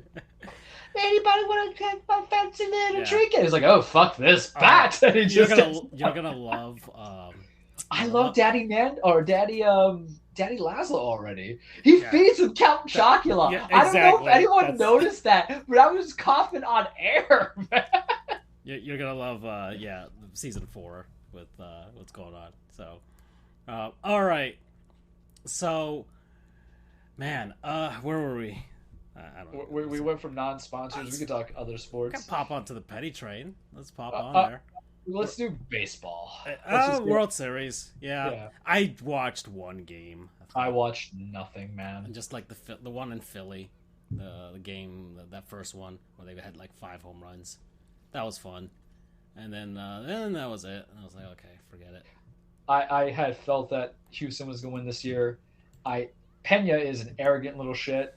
I'm just saying, and it makes me not like him. Yep. And I don't know if it's because I'm just bitter, but I'm bitter. This was, and I was hoping Andrew was here because I was literally going to start it so he can talk trash, but he's not. This has literally been like one of the worst sport weekends I've had in my entire life. You get decimated. Yep. The Astros win the World Series, and then we have the Petty Train Deluxe, which will take a nice spot to Nashville. Yeah. Good for Dusty. Yeah, he's always likable. That's the only good for Trey Mancini. People, there's a couple guys on there. Yeah, Trey Mancini with the cancer, all that stuff, and he came back. Now he has a ring. So there's that. You got Dusty Baker. He won a ring as a player, but always got short end of the stick. Yeah, Marlins beat up twice. I feel like there's some irony that he beat his prized possession of Bryce Harper that he had for like a season and a half. Yeah, there was always with the pitching in 2002, the Giants where they probably should have won and he just like screwed that up. Yeah. So he finally gets another shot at it, 20 years later, and boom. And probably what is his last stop. He's like 73 years old. Yeah, I think now it's just trying to get all those bench managers prepared to be the heir apparent. Basically, yeah, Bruce Arians did. He's gonna Bruce Arians it, Yeah, unfortunately, he's probably going to select somebody who's not, as bad as Todd Bowles was or is currently. Yeah, and the Astros have better talent, relatively much better talent to Tampa Bay Buccaneers. So there you go. Yeah. So there's that, and the Astros are. Champs, sure. Hey, man. But my buddy just sent me a text that it was the second least viewed World Series of all time. So people really didn't care. Yeah.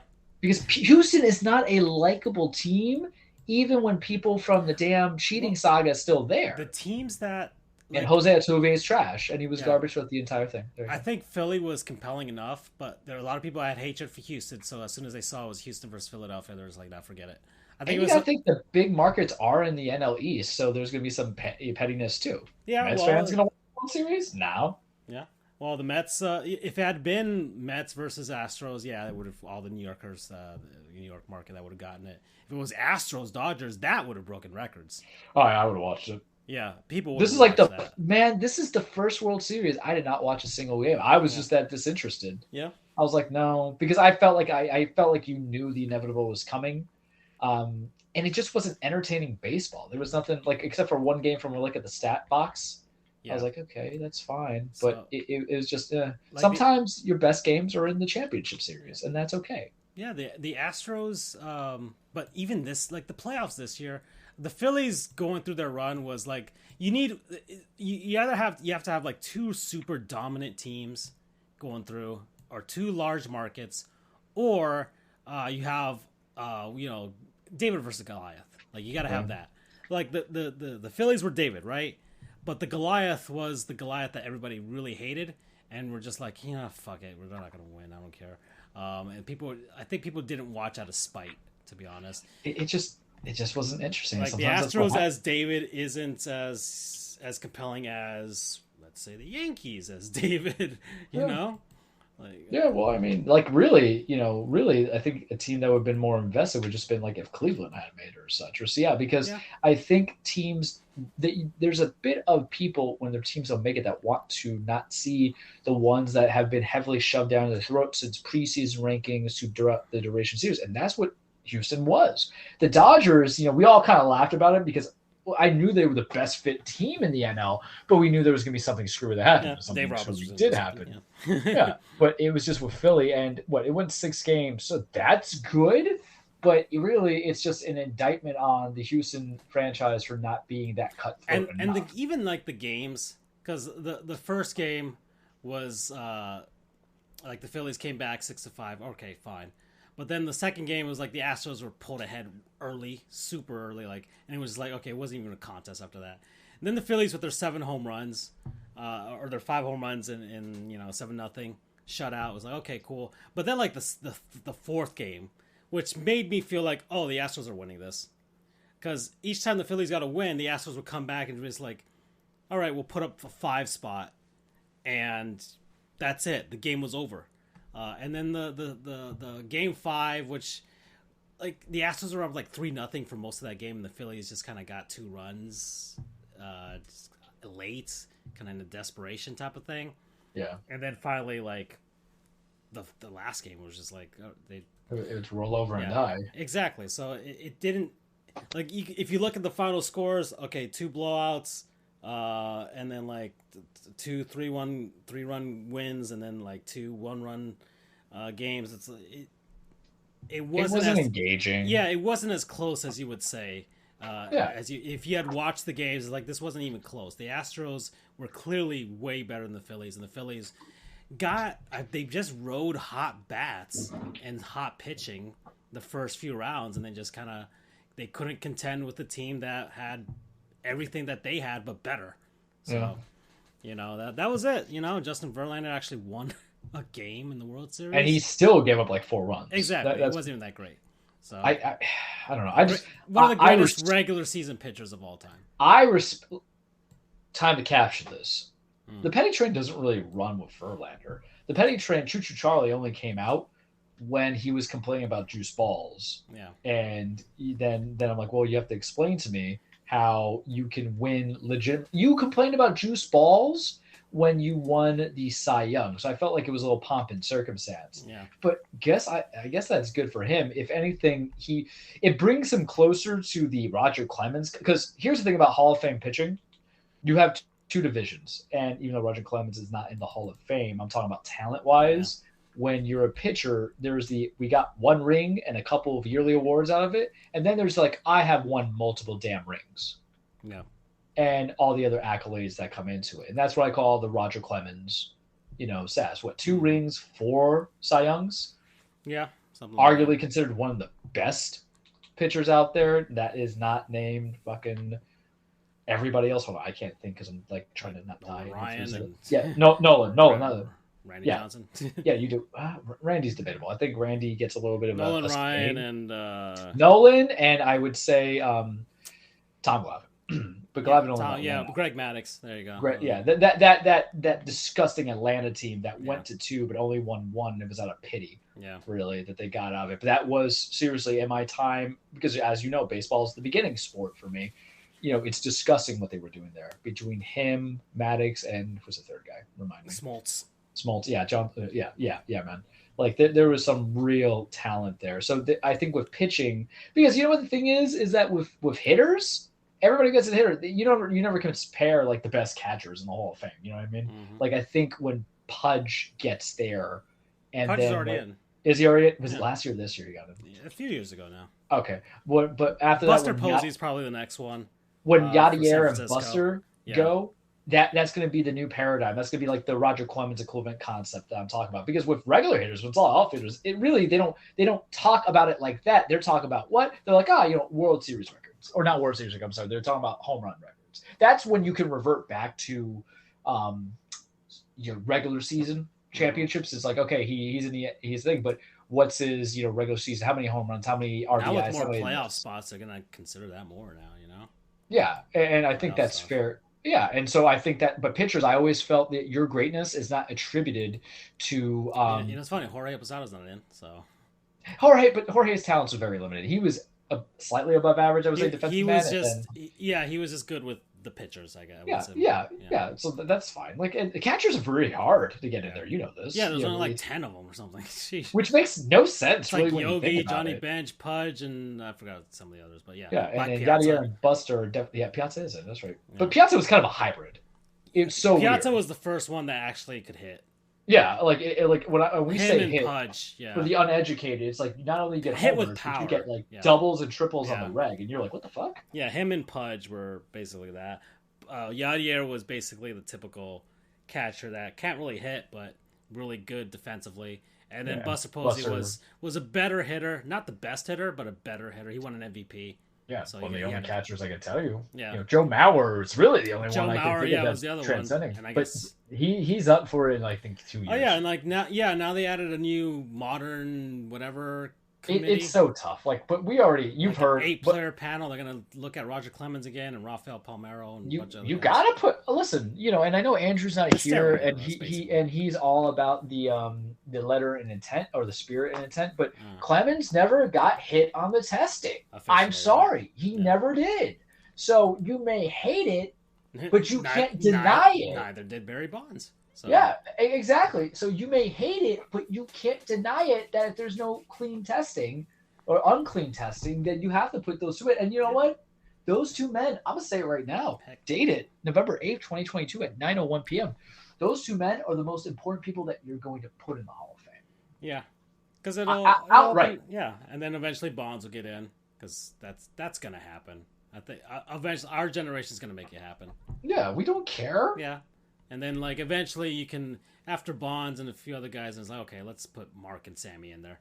Why not? Yeah, the rest of the guys, like, I don't think Palmeiro's actually. It's all marketing anyways. It's just to market the game. Eventually, especially, like, with the popularity of baseball, they're going to try and call back to our nostalgia. And we're like, look, it's Mark and Sammy. They're finally in. They're going in together. Like, remember 98? Like, that's going to happen. That's going to happen before they die.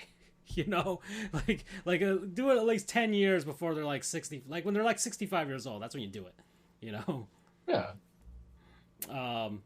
All right. Let's see. All right. Let's pop on to the petty train, Charles. Choo Charlie. Yeah, everybody get your look. I have a segment for this. Yeah. All right, everybody. This is your conductor, Choo Charlie. Make sure you're strapped in real hard.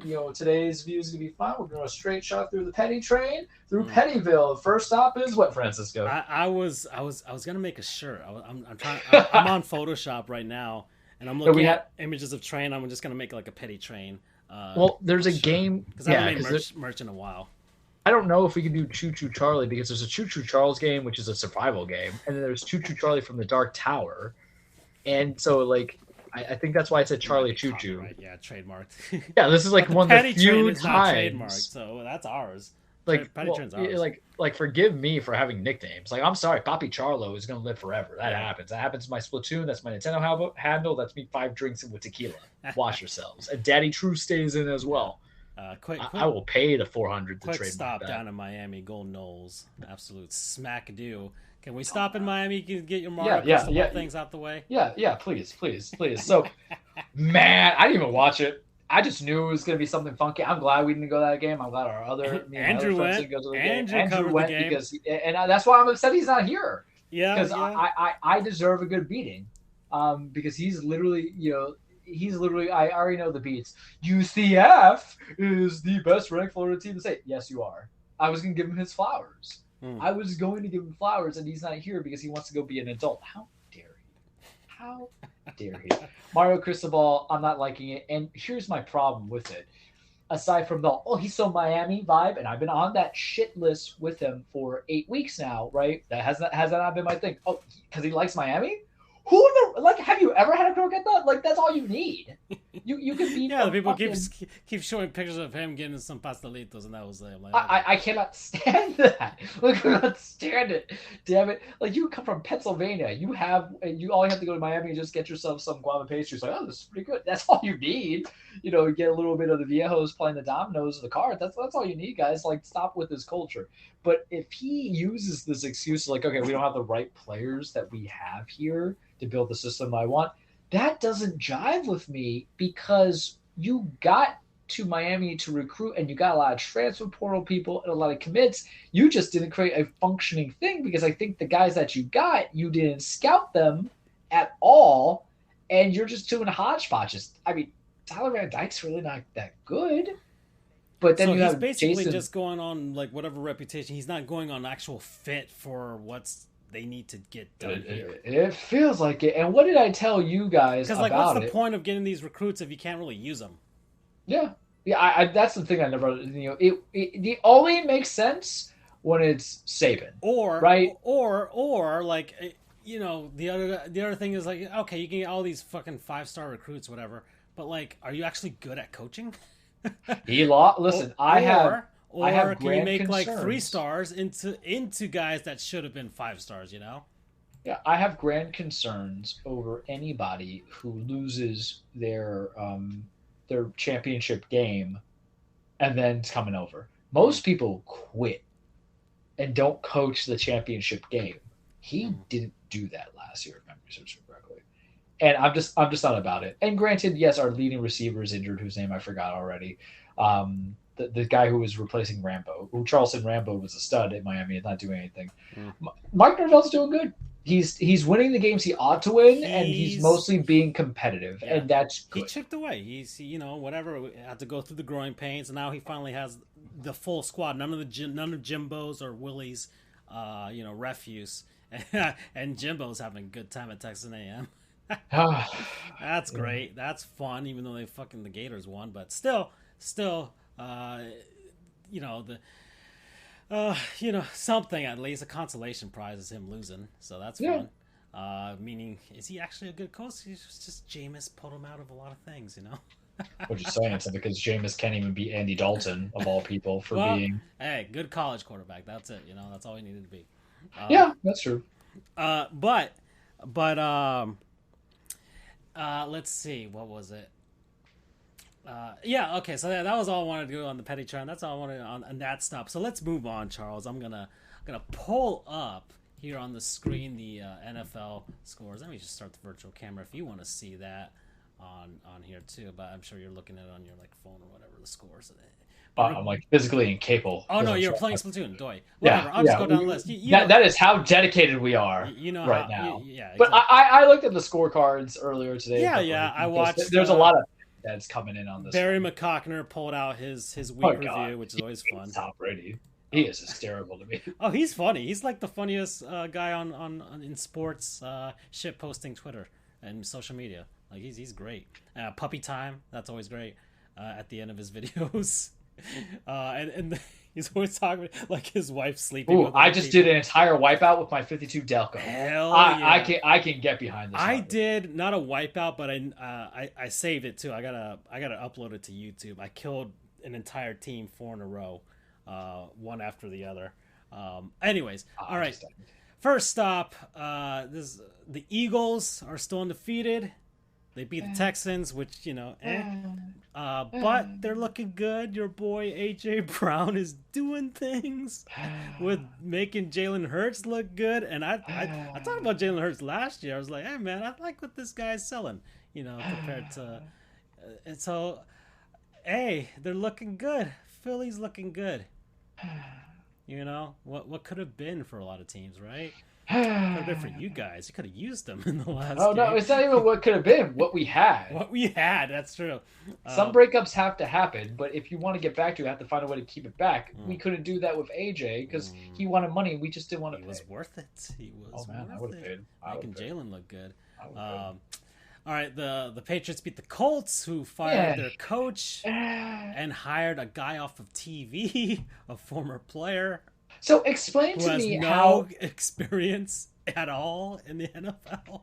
but the NL, it's Jeff Saturday, so let's not even act like longtime center who had no experience. I mean, shit, you should have just gone bold and gone for Peyton. Yeah. At least he can dissect some stuff. But all of that is a head scratcher, and I would feel slightly insulted if I was part of that staff. I'm like, bro, what? Because his highest coaching level was high school, which isn't very monument. Did we just lose after I've been doing so good? I hate these things sometimes. When they would do that, and Frank Reich had to go. Everybody had to go. Everything was built badly. Yeah. I want Matt Ryan to get another chance. Yeah, but he's... But do you want to come into a situation with a guy who's never coached having philosophical tendencies? Well, he's washed at this point. I think Matt Ryan's washed. He has to go He has to go someplace else. He can't be there. He has to do like Carson Palmer. Carson Palmer went to the Raiders, right? Like at the end of his career, or the Cardinals. No, he went to the Cardinals. Yeah, he got traded to the Raiders, and then he faked that he was going to retire because he didn't want to go to that shit show. Exactly. And then he went to Arizona, and they kept getting injured. And then Bruce Arians like, well, damn, I just want to know if I can actually coach with a real quarterback for once. And then he got Tom Brady. Okay. What was it? So, anyways. Yeah, so the Pats beat them, and they're 5-4. Colts are 3-5-1. I ain't sleeping on Bill Belichick, that's all I'm saying. No, he's... I mean, I know what Mac Jones' ceiling is, but I also know what Bill Belichick's ceiling is. Yeah. And Bill Belichick's ceiling will lift Mac Jones' He's getting a lot out of that talent, that's for sure. Anyways, so we'll keep moving. Then, that was the Pats game. All right, first stop on the real first stop on the Petty train. All right, we were just passing through Houston. I got a little chub because I just saw in the background Twitch. We are gonna stop in Detroit, Michigan. Oh baby, 3 picks, all in the red zone, and I watched each one. Aaron Rodgers, number 12. Aaron Rodgers, the MVP, 291 yards, 23 of 43 attempts. 1 touchdown, 3 interceptions. And those yards are all stat padding. And they could have won the game too, and he couldn't do it. The Detroit Lions, who were previously 1-6, one of the worst teams in the NFL. Dan Campbell's their coach. Bro, Dan Campbell. Yeah, we love Dan Campbell, but we know Dan Campbell at the same time. So, but yeah, the Lions who got out-yarded. Passing yards, slightly more rushing yards. But either way, they hung on and beat the Packers 15-9. Right? Aaron Rodgers, like, go do your ayahuasca. You know what? Go lick some toads. Apparently, people have been licking toads. The U.S. Park Service is telling people to stop licking toads, but it's the same thing that's an ayahuasca. It's just a lot stronger. So, what if the toad likes it? Yeah. Well, maybe. I mean, we'll see. But either way, Aaron Rodgers. He's Aaron Rodgers. Yeah. May I? Yes, go ahead. What have I been saying the last 4 weeks since they got onto this losing fest? Whose fault is it now, Aaron? Who threw those weird fucking picks that had like no gas behind them? I mean, he doesn't care anymore. And it's not. Oh no, he cares. He's fucking pissed. And I love it even more. But is he like faking it? I mean, is he office spacing it? He's just gonna be like, fuck it, I'm out. I mean, he's still getting $50 million guaranteed. So win for him. Win for him for being petty enough to still collect that paycheck. You should refund some money, bud, for the way that you're playing. Because his whole thing was, guys got to do better. Guys got to play. He hates all these receivers. Then talk to your general manager, right? Yeah. And be like, hey, I'm gonna not take this $50 million in the cap hit each year, so we can have somebody to bring in. I don't know how these negotiations go, and that's partially on me and my ignorance because of not being given a GM spot. But it's not all his fault, though. That defense has been battered by injuries. I am cognizant of that. I am aware. And I don't know why Matt LaFleur just doesn't, for whatever reason, want to just run the ball with – and Aaron Jones is hurt, but you still have A.J. Dillon. He was a second-round draft pick that kind of leads you there. But regardless, you're still the guy throwing the balls. And legitimately speaking, if you don't throw one of those picks, you don't throw 2 of those picks in the end zone, you win the game. Yeah. Right? 1 touchdown and 1 everything else, and then you're good. That's it. That's all she wrote, kids. And I'm loving it, because I do not think the Vikings are legitimate. But are they a team that if they got the hot hand, I would want to avoid? Absolutely. They at least close out the games. They keep it competitive, whereas there's nothing structurally working. And Rodgers just looks miserable, and I don't think there's any guys that you can sign next season that would make him want to. He's not going to retire because you still eat that money anyway, and I don't think he wants to be remembered like that. And also, there is that streak of like, I want to go out the right way. He's not hurt, but he's looking miserable, and there is no quick fix. I just want to see how he approaches this with second half of the season, basically. Second half of the season, but also with how he approached that with LaFleur, going with the Brian Gutekunst and what you want to do. Because who's to say that you blamed your receivers, you blame the young guys, you blame this. Who's to say you can't blame your coach now? And the coach has always been your problem. I could see him doing it, and I would embrace it. I embrace that kind of chaos. Alrighty, okay. And good for Detroit. Yeah. Good for Detroit. Oh no, of course. The Chargers beat the Falcons in Atlanta. It hurts that Marcus Mariota doesn't win games because I still have that little bit of loyalty to him for being my guy. But damn, dude, like some people on the Twitter hate Justin Herbert. I love him. The guy was able to come back and win with no Keenan Allen and no Mike Williams. That's impressive. Mm-hmm. Yeah, there's only so much you can do. Yeah. He's that guy. I mean, he kind of feels like Dan Marino in some sense, where Dan Marino there was a point in the middle of his career in his prime where he just didn't have help around him, but he was still getting the Dolphins to the playoffs. It's because the Dolphins were just cheap back then. Anyways, all right. The Jets beat the Bills. Ooh, remember I said last year Buffalo didn't scare me. And I don't think and I remember when they traded for Naheem Hines, and my buddy's a Bills fan, I'm like, what was the purpose of it? Because you could throw it 1,000 times, and I know that's their style of offense. Josh Allen can run around and do what he can, And now he has an elbow injury. Yep. And everybody's going to overanalyze it to a degree. Allow me to present to you a different argument for the sake of being different than the other folks out there on ESPN, NFL Network, Barstool Sports, and everything like that. You kind of need to show that you need to run the ball when all you do is like those quick 3-and-outs, and it just hits you really hard. The running game is Josh Allen. Yeah, and that was the problem. You go with Naheem Hines, who we like Naheem Hines. Yeah. But he just catch the ball. Mm-hmm. And he's good at catching the ball. The ball get catched a lot. But, it's just maybe you should have gone for somebody or draft somebody because they traded away Zach Moss because he just wasn't cutting it. And that's fine. And he's over at Indy not doing anything. And this is the problem I don't like about midseason trades. And this goes for all teams. And it's going to happen when we get to the Miami train, the stop in Miami. You know how hard it is to learn a playbook? Ridiculously hard to learn a playbook. So stop with this expectation that they're going to figure this ish out this year. Me personally speaking, that's just always been my belief into it, especially offensive players.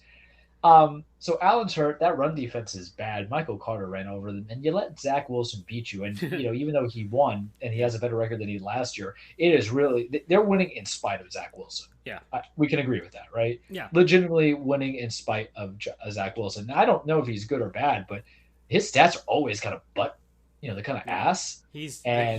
Noticeable. It is noticeable. He is like that meme. He is one of the quarterbacks in just period. Yeah, that's what he is. Yeah, he is not him. He's just you're drafted high at number 2. And the problem is when they drafted him, there was really no other chance that you would have gotten the guy because this is also the problem with your Mel Kipers and your formerly Mike Mayox, even though he's now on the employment list. And then you're the other guy, the handsome one, I forgot his name. The one that wasn't with Mel Kiper. You don't see him that much anymore. The other analyst, what I'm talking about, for the draft analyst. Okay. They feed you this idea that this guy is the guy, the same way of like, oh, Desmond Ridder and Kenny Pickett are supposed to be guys. Kenny Pickett ain't looking good. And there's a lot of variables that you can say is the reason why Kenny Pickett's not looking good, but we can both agree Kenny Pickett ain't look good, and Desmond Ridder can't beat. That's how those guys keep their jobs, because if they say that, because everybody's looking for that generational next thing, whatever, it's like there's only like 3 of them. They only happen every 4 years.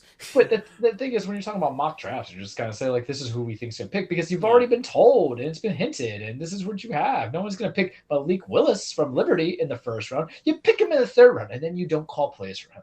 We're going to get there, kids. Yeah. But I don't know if the Jets are real or not, but at this point, the fan base, everything. It's not about whether we're real or not. It's about, can we just get to the playoffs, because we've been such a disparate and despondent franchise for so long that it matters. For some of these teams, they legitimately care if they make it to the playoffs, because that's their dedication. I respect that. Alrighty. So good on the Jets, though, I guess. Good on the Jets. They pulled it out. They started with a horrendous kickoff where the guy slipped, but found a way to figure it out. All right, and the Bills are just not closing out games at all. They're not. Yeah, and you know how you close out games? Running the ball. Yeah, that's true.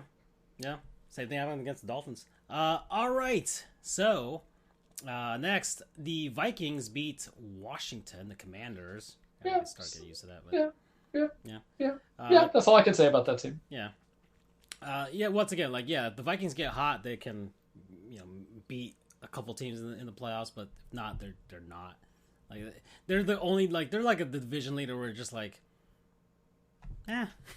be okay if I faced them at the right time, But it's all depending on Dalvin. Yeah. As much as I like, little Kirk when he's O'Baines, going. Can we just say he's kind of adorable? Well, yeah, he was a Seminole. Kirk Cousins. All the videos, of him on the plane. He's just a goofy guy. Yeah, it's adorable. He's a goofy dude. He's the guy who goes to the cookout and says, "I bought you Hennessy because I heard that's what you guys like." Yeah. And you're just like, "What do you mean by that?" He did a Wikipedia search. Kirk Cousins is the guy who will literally, find out your last name, go to your records, and bring it to the top of the conversation. Yeah. Oh, well, you know that the last name Jones, was originally there just because he wants you to feel important. He'll try to learn Spanish. Oh yeah, hola. Yeah. He'll double hug your abuela. Yeah, exactly. Oh man. Oh my god, that's a new meme. If they keep winning, that's the meme. That's the joke. That's the meme. Abuela. Yeah. All right. The Bengals beat the Carolina Panthers. Damn, Joe Burrow's scary now. Well, I mean, he's not like he never. Joe Mixon is frightening. Oh yeah. I won't give too. That win was just more for the fantasy football acolytes than anything, but still, I don't want none of that. The Raiders are terrible.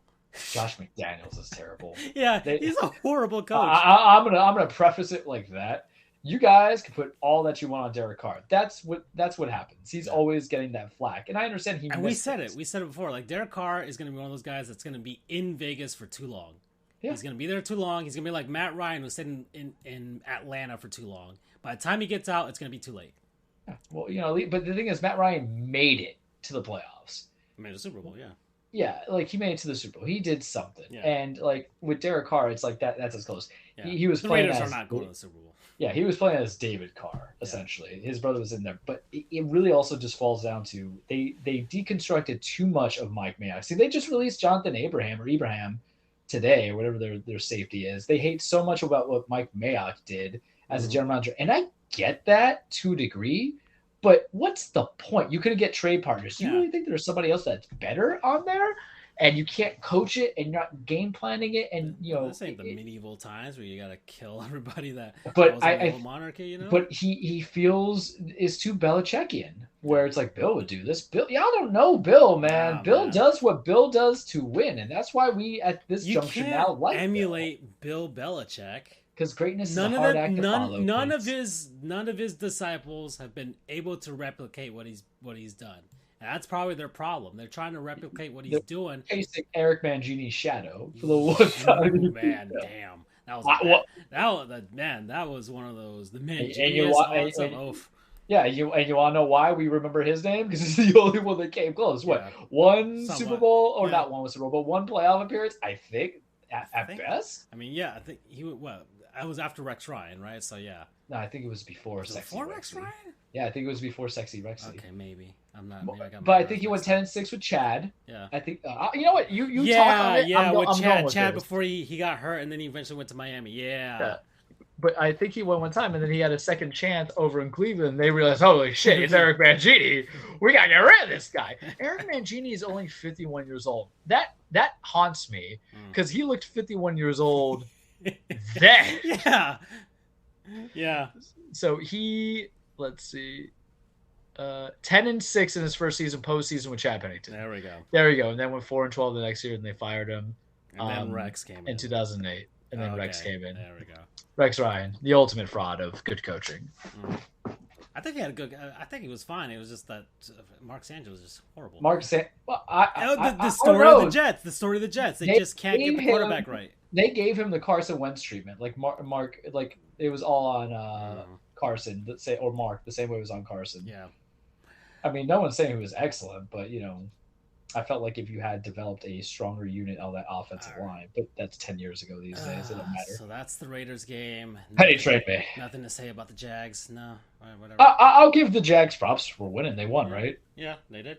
So, yeah, good for them. That's it. Good for anytime the Jags wins. Good for Doug Peterson. All right, next stop on the Penny Train is Chicago with the Miami Dolphins and the Bears. I saw that game, as you know, Charles. I watched from my moon base. Make my monster grow. To us, as Barry McCockner said, to us systems Viloa. And Doug texted me. He hasn't really been watching games lately, and so he's like, "Oh, Dolphins don't look like Tua." And I told him, like, dude. He tweeted it out, and I had to. I felt really compelled to respond to his tweets. Yeah, because I'm not gonna sit here and let someone praise Tua when he doesn't deserve all this praise. He deserves a little bit of it, but not all of it. Not the way a lot of Dolphins fans are doing. And like, mind you, Doug is not like as extreme as some like what Dolphins fans are doing. Online. Doug's a sweet boy. Yeah, but I'm trying to find the exact reply that in the thread here on my Twitter. 1 second, I almost got it. I'll take it from here as you get it. I watched bits of that. Let's see, the Panthers. I got it. Okay, right. So he was responding to highest passer rating in NFL. Number 1, Tua Tagovailoa at 115, and over Patrick Mahomes and Jalen Hurts, right? Yeah. And so I feel like it's the Harrison Ford meme of he goes and says, "Who gives a shit?" That's how I feel anytime they talk about Tua's great stats. Yeah. Because they're all fucking underthrows, man. So they're all underthrows trying to get Tyreek or Waddle to do something. Well, so he said it's crazy being a Dolphins fan and having a franchise quarterback. I'm like, and then I had to respond. I was just like, and I said, not sure if he's it though, because I have still not complained that Tua's it. Once he's it, I'll let you know he's it. But for me right now, he still ain't it. I need to see him close out a game. A meaningful game. Last game, I believe that's fair. He was bailed out by the refs because there was a pass interference that they didn't call for the Chicago Bears, with Justin Fields actually marching down the field in what would have been probably his first 2-minute drive, right, to try and win a game. Mm-hmm. So I think that was handicapped by the refs, and he's been bailed out by the defense because I think there was a pick six in this game. I don't even remember, but there was a big interception at one point, or a fumble recovery. One of those things. There was a turnover in the fourth quarter there for the Bears. And even then, Tua had 2 shots to close out the game. Like, just close it out. Just get the touchdown, 2 shots, you're done. There's plenty of times on the clock, but you get the touchdown, the game was over. And both times, nothing. Fourth and 5, whatever. They couldn't get it going, couldn't get it done. Like nothing. Like with Tyreek and Waddle, like when something actually mattered, right? The Dolphins could put up 35 points, and one of them I think was an actual defensive touchdown. I think that was the last one probably, or one of those. But either way, that was what was going down. The Bears had a shot at winning the game. And they got bailed out by the refs. It was over after that.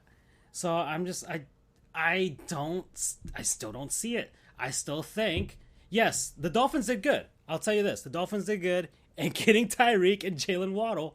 Well, they drafted Waddle, but getting Tyreek as well and pairing them together and having the 2 fastest guy in the NFL who can catch whatever Tua's throwing, no matter how underthrown it is. That's what's going on. And so, yeah, he's done well in the system. Mike McDaniels drawing out plays for the most part, getting into open field. That's basically the philosophy right now. Just get the receivers to open field. They got 2 fastest guys. They're going to find open field for the most part all over the place. and Tua's throw. I mean, sure, fine, but I don't think it's it. We're gonna head into December, actual meaningful games in their division, right? They got San Francisco, all these other teams. Like right now, this is the easiest part of the schedule. This is the easiest part of the schedule at this point. All right, they got to. I think they face the Packers. Maybe Aaron Rodgers will care by then. I'm not sure, but they got some actual games against actual teams coming up, and we're gonna see what happens there. Right, because by then, I think the Bills will have all of this shit. They're going to be pissed off that they already lost a game to the Jets and to the Dolphins. So they're going to try and win the second games for sure.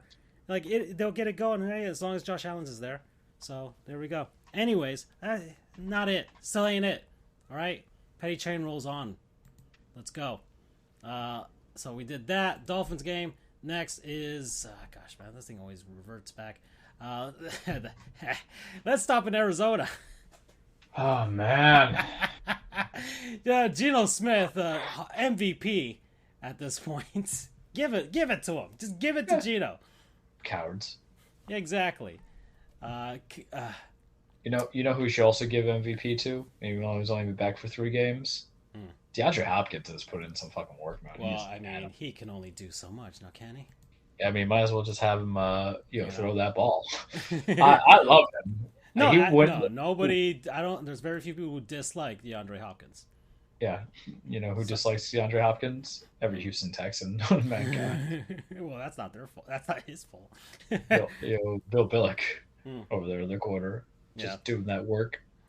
Anyways, bring me up them Kyler Murray's trash stats, buddy. Let's see, Kyler Murray. 25-35 for 175 yards and 2 touchdowns. $230 million, baby. Guaranteed for 130 yards. Yeah. Mm-hmm. They scored 21 points when 2 of those came out of nowhere. Yeah, because they were... And Charles understands that he ran for 60 yards, but you don't pay Derrick Henry $250 million guaranteed, right? Right? Yeah. Thank you. You know, Lamar better make so much fucking money. Oh yeah, I'm just saying. Yeah, he ran for that, but compared to Lamar or Josh Allen, you know. Yeah. Even Tua. Even Tua, who ran a lot as well. You know, and look, there's always partial blame because here's the thing: if it was all on one guy, he wouldn't be the starter anymore. That's good logic. I think you would agree with me with. Yeah. But like Cliff Kingsbury and doing something, James Conner came back from injury, wasn't there. It's so weird to say this, but you know. We don't know what that offense would look like to help out with Hollywood Brown, so we have to kind of let that kind of go in. But Rondale Moore has not jumped up a little bit. The defense isn't really that good. That's another time they get blown up. Is it fair to say that you can keep Cliff, but you got to get rid of Steve Keim? These are weird debates that ownership will do, and then they'll make it awkward because Kyler is pouty. And I'll say that, and if he has a problem, come find me, bro. I'll just, you know, I'll set get up you the Call of Duty server and let's go. No, I was going to say I would give him a little stool so he can see me face to face, but, you know, he's taller than me, too, which is funny because he doesn't look like it. Like, I don't want to say I can fight anybody. Well, he's my height, so, right? So he's my height, so he's... I legitimately don't think I could fight anybody in the NFL. Kyler Murray is the one guy who makes me think I could probably go 12. Yeah, you do your boxing, whatever, you get in the same weight class, right? So... Yeah, it can happen. It can happen. You know, because I can get him angry mad. Because all I gotta do is look at him and just like spitting. All I gotta do is say this. I'm like, Battlefield 3 is the best all-time war shooter game, and he'll fucking lose it. Yeah, he'll lose it. I'm like, Warzone's for punk asses, and he'll lose it. I'm like, you're a campy little sniper, and he'll just. I can get him. Too much of a fucking casual. He can't even use the keyboard and mouse. He's got a gaming PC. He uses the controller. Oh yeah, Kyler's that guy who. He has his initials emblemed on his thing. That's what his parents got him for. He's Christmas on FaZe Clan. That's what he's on right now. Fucking A. I don't dislike anybody as a person. Actually, I dislike Deshaun Watson as a person. But like, Kyler makes it too easy. But my harp of Kyler has not been him as a human being. No. My harp on Kyler has always been like, I don't see it. Yeah. And everybody's telling me I should see it. And that's always been my problem with any sports because when I actually watch your games and I don't see the talent that people tell me it's talent, it's stupid. It's kind of like voting. You should vote for this candidate. I don't like anything about what they're giving you, but he's going to change us. I don't believe in anything they're doing, but you should vote for them. But no. You saw that Larry David thing. I said, you're right. Yeah. And that's why I kind of wanted Andrew here because I don't pre-plan segments, but sometimes I know where the pettiness is going to take me. And I feel like that would just poor Andrew. This is a Andrew, we love you segment. Yeah. The shit that he deals with. I was hoping he'd to join me in that rant too, man. Sheesh, I was ready to tag team that. Oh yeah, because I don't think I'm intentionally mean sometimes on rant, but the response that he said yesterday, or when he said that my response, which wasn't bad at all, but it tagged a conversation with prior. I was like, oh, my poor guy, poor dude. I know. That's why I know what I'm getting myself into with you. So I'm just like, yeah. We keep it to something. All right. Anyways, all right. So that was the Cardinals game. Let's go on to. Come on, man. Why is this like this? I keep mixing this stuff up. Anyways, let me go back here. So that was the Cardinals game. All right, Charles. We're gonna. Are we gonna go that one? Well, I didn't watch the Ravens Saints game, so this is my segment on that. Yeah, Ravens and Saints. Yeah, so the Ravens won. Pay Lamar. Yeah, pay Lamar. Man's literally winning with a rookie tight end as his lead guy. Exactly. And then the Bucks beat the Rams. There was that. Good for Tom. Yeah. Yeah. And then I watched the second half of this game with you. I watched the entire fucking game. I watched the second half of this game with you. I think my response to you, because I hadn't really seen it. Like I haven't really seen a Titans game. Like I've seen it like earlier in the season, but I haven't seen a Titans game. And I was just like, what is this play calling? And I literally was I not candid and honest in preparing you in this? Was I not candid and honest in every single bit and a basis and everything like that? I'm like, is this 1995?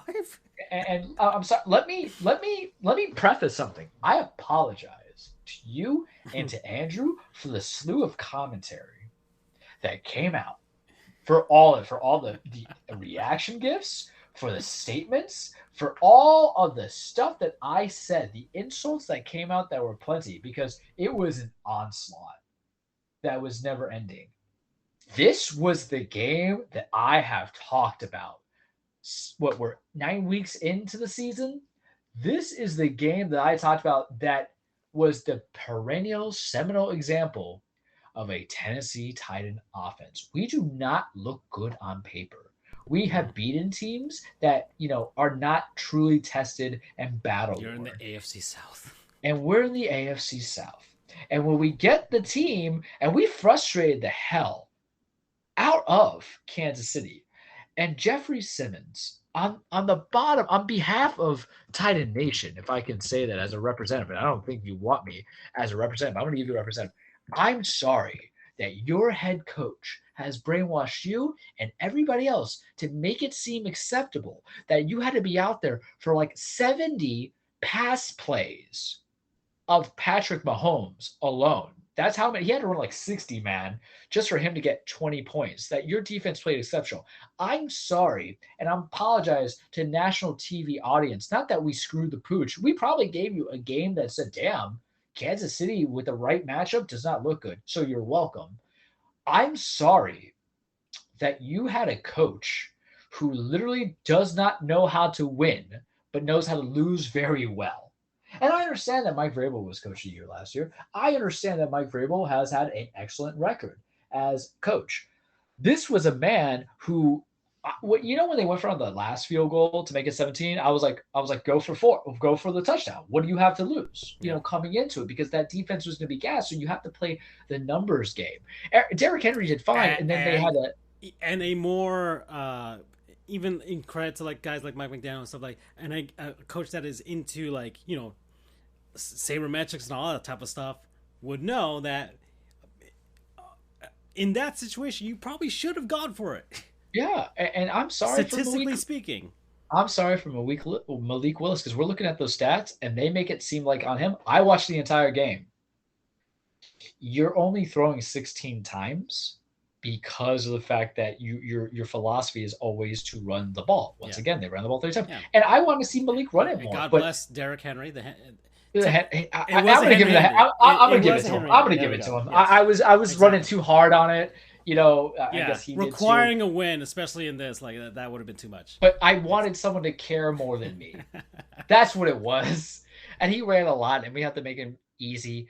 But it's that shit that drew me up, because this is partially on Mike Vrabel. This is also partially on John Robinson for feeding the brain. Because when you look at our receivers, bud, Okoroku. I can't say his name. That was a screen thing, but he's our big old tight. Yeah, that's our big old tight end. I got the stats here. So there is no other receivers right now because Traylon Burks, our first round, was on the IR. And they showed the graphic. They showed the graphic comparing your top two receivers to meant to replace AJ Brown, and Nick Westbrook is not even really a true number 2. The guy's really like a 3-4, but because of necessity, 3. And so, like, we didn't make a trade for anybody. I wanted Denzel Mims. I was like, let's take a flyer on the guy, right? Probably get him pennies on the dollar. And this is the problem when you don't shore up your team. How? Because I'll be honest with you, Francisco, you put Ryan Tannehill in that position, I think you get the same score. You get the same score. You know what the Titans are? They're like the Colorado Rockies, where they will do enough to make you think they're going to be competitive, but really they're cheap. I can't even say that. I'm just gonna give you a more understandable modern day vibe if you want to go on baseball for it. Or another sport, Yeah, well, I'll keep it with baseball, but I won't name teams, and you can find it. It's the team that gets all hitters and no pitching. Because you built up everything on your defense and your offensive line and your runners. Or the Marlins, basically all the Marlins, and no hitting. But that's fair. But you didn't build any receivers. And I'm not saying you had to get the best receivers. I'm not saying that every receiver needed all that Devontae Adams money, but you didn't draft anybody coming into it. Kyle Phillips is on the IR. Traylon Burks is on the IR. So are 2 guys that we did draft are out. You didn't make any trades for anybody. Really, you couldn't get Denzel Mims for a 5th-round pick? Seriously? He would not learn that offense, but something we were throwing to Cody Hollister, and I saw one of those throws that he wasn't even looking at the ball. And Malik will make his mistakes, but that's the problem. I'm telling you, man. Is some people they'll blame it on Malik. I'm telling you right now, Tanny could have been in that game. The score stays the same, and that is my issue with it. Is because of how ass backwards you have decided to make this, and I hate it. So much do I hate it. I hate this masturbatory celebration or celebratory masturbation of 1972 November 8th football. It is not good because, yes, you beat teams, but exactly what happened. Your clock control only works. Disparity, man. 400. I'm telling you, passing yards to 57. Mahomes had to throw it 60 times. Yeah. I am not exaggerating. And what happens is the long running is fine, but when you have to do the dink, everybody was gassed. Juju was getting the ball. Mm-hmm. Kelsey was getting the ball. And, your corners, everybody is tired because you're out there longer. And it is just ridiculous. And it's like, we're going to get into the playoffs. Declaratively, I'm saying that right now. And you're winning that division by default. Yeah. We might not be the people that you want to play in the first round because you might not be ready. Yeah, we have not a grindy playoff football game in the wild card round. Then we would probably get the 7th seed, and I can't even tell you who. Well, no, you're going to win the division, so you're going to get one of those top. You're going to get a home game in that first round. Yeah, that's right. Because the 1 seed gets the bye, and because remember we were the number 1 seed last year, so I didn't really pay attention to the metrics of it. Yeah. But matchup wise, oof, buddy, you give us the Bengals, we're fucked. Yeah. You give us the Ravens, the Chargers, maybe. Oh, I think Dolphins. We could get the Dolphins. Yeah. That's the because the Dolphins are basically going to do what just happened to us because you're not going to run with Mostert. No, Jeffrey Simmons will eat him up. But it's very just petty, but this is the disappointing. I'm like a parent who what do you mean you gotta I'm the parent right now who's like, what do you mean you got an F in English? You speak the damn language on the report card. That's how it feels. yeah, exactly. And I don't know how you fix it. And I want to win, damn it, because the window's only for another 2 years. I'm telling you the window's for another 2 years because we have too much front-loaded money. There's a lot of guys who have to get paid. We already got rid of the best offensive player not named Derrick Henry. And arguably, and this is going to sound sacrilegious. I'm sorry. Please forgive me. But gun to my head, if I had to keep AJ or Derek, I would have kept AJ. Because a good offensive scheme can always bring in the right runner. That's what Kyle Shanahan and Mike Shanahan taught me. And it works. And the Tennessee Titans are known for just running the ball. We had DeMarco Murray. We had Chris Johnson. We had Lendell White. There's a lot of people who followed Eddie George. I'm just saying. And I'm right. DeMarco Murray won leading rusher. Chris Johnson won leading rusher. We have I can't speak right now. Derrick Henry won leading rusher. It is not impossible. You can plug and play guys. I'm just serious. But a wideout, not what people want to call a true number. Well, there's number one by default and there's true ones, but a guy who was special, and we let that go because we want to hold. I know Vrabel didn't want him to go. Nice. I know Robinson wanted him to head out, but it was just one of those things where something's got to give. And if you really don't want a guy gone, then go. But 1 for 11 on third downs. They went 8 for 19, and that's how often I throw. So that's a testament. And the problem is we lost the game that people picked us to lose. But it hurt because we felt like we could have won if we just broke from the mold a little bit. And what I tell people is like, I don't want to revolutionize the style of offense. I want to modernize it. Yeah. Why and I'm going to leave it to this because we got into OT. When we got into before we got into OT, the first was a run, and then it was a pistol formation. Why are you even wasting for a pistol formation, which leaves the gaps open for guys to tackle you? And why didn't you just go into shotgun? Screw it. Why didn't you just go for screens with Derrick Henry? I know Dontrell Hilliard is faster with his hands. I have seen Henry take a screen and run it home. You take those chances. Because what's going to happen? Malik loses the game for us by throwing a pick. The guy ate 2 sacks in a row. This is you got an F in English, but just speak the damn language. Disappointment. But this is a train wreck. But the choo-choo petty train survives for another day. That's it. Yep. That's where we're off the train. The train is gone now. Well, here's some good news. Sonic Frontiers does have 2 modes. It's got on PS5 if you want to know. Yeah, performance mode, which will get you 1080p 60 frames. All right. Why the hell am I playing 1080p on Ramona? And you got the resolution mode, which will give you 4K 30 frames. All right. So I have no choice, but when I get it for the Switch then. The Switch. But that's what you're telling me. Switch is 720p 30 FPS on both handheld and docked. So I'll go fuck myself in the corner then. That's upsetting because I'm not gonna lie. I'm nice because I had to get the mods once they get going to help that performance on the PC. You see, I had to bail out from Splatoon because I knew we were coming to the cage, and so I was just watching the Sonic Frontiers experience on the Switch, and like it can go either or. And look, I have legitimately no problem with any game going at a hard 60 FPS. It does make a difference on certain things, but at 1080p, I'm like, I'll just play on my Switch, right? Because essentially, I'm just playing a high-end, PS4 game. Yeah, well, all right, let's do it. We're at 2 hours and 12 minutes. You're good, and we can keep it to a short cage to a degree because it's a pay-per-view review, and then also 2 comments. Right. Welcome everybody, your weekly Triplex The Cage with Charles. Full disclaimer: wrestling is not fake; it is scripted. It's a stage fight. It's a song and dance about men and women chasing championships, establishing their legacies, trying to beat the holy hell of each other, and then just try to stray away from the legacy of Vince McMahon. Unfortunately, sometimes we make dumb decisions when we're booking to lead us back to the realm of events-ness. So comments to keep it short on the cage because Francisco and I had a very long discussion on gaming, so the cage can survive on a brief note. AEW, the Elite might be coming back. Full Gear is in 2 weeks, I think. And then so I think the next show is when we're going to do the Full Gear breakdown. It's November 19th. So probably either the next show or the following show we'll go to the full thing. That's AEW's one of the bigger pay-per-views. Could be exciting, could kind of be boring. They're doing a world title tournament eliminator. We know Moxley and MJF are going to be main eventing it. They're going to have some other stuff too. Yay for them. We'll go and see where that takes us.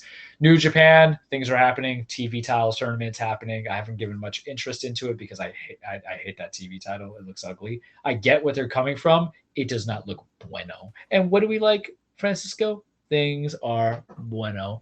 And we go from there. And then Impact, people leaving, people coming back. So we see how it takes us. So let's go to WWE. There was a pay-per-view. It was Crown Jewel. There was matches that I thought could have been good.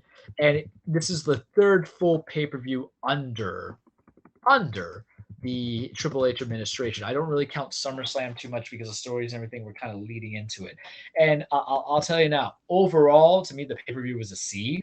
But for a Vince McMahon comparison, Vince pay-per-view probably would have been a D. So this is good to a degree, but there was a lot of head-scratching finishes, and we're going to kind of shit on a couple of things. Can we do that? We're going to do it. They started with Brock Lesnar versus Bobby Lashley. The meat slapping meat. And it started out the way I like it, meeting on the meat slapping meat kind of stuff, but it ended like they were telling some stories with Bobby attacking Brock's knee. Brock was angry. And then the finish, though, was kind kind of goofy. Kind of goofy because what happened was Bobby had Brock in the Hurt Lock. And remember, they met at Royal Rumble, and then Bobby won that one. So he had him in the Hurt Lock. He was running through, and then Brock couldn't escape. You're hearing him talk, and then he ran up to the turnbuckle with Bobby still locking him, and then pushed him back for momentum and got the 3 count. Bobby was irate, beat the shit out of Brock afterwards, kind of starting the heel turn because he's frustrated with Brock. And then, Brock won. So now we have 1-1. Maybe they meet at WrestleMania. I would be for it. You could have more time, but this is one of those big event pay-per-views. And what you're saying is, Charles, is the Saudi Arabia pay-per-views not big events? They are. However, they're not the big 4 pay-per-views because Triple H is going to look to get rid of Money in the Bank. So we're going to eliminate that from the topic conversation. So that match could have been better, but I enjoyed it for what it was. The women's tag team match I thought was awful. And there was people who liked it. And I felt like the chemistry was kind of off. Damage Control versus Alexa Bliss and Asuka for the Women's Tag Team Championship. There was like people setting up for spots and waiting, and it just wasn't my thing, man. I don't know what felt off about it. They kind of seemed like there was no chemistry with people going on. And then, of course, Damage Control won. And here's the problem, man. They lost the titles on Monday. So it was the point of them losing the titles on Monday. And then when they they won because Nikki Cross came in and interfered to hit her finisher on Alexis Bliss, and then it's like poof, 1, 2, 3, because they're setting up for War Games. They're throwing it down our mouth that they're going to have War Games, and I couldn't be less interested in War Games. This feud has really been building since August, and it's lost its steam, and partially it's lost its steam because Bayley keeps losing to Bianca. More on that in a second.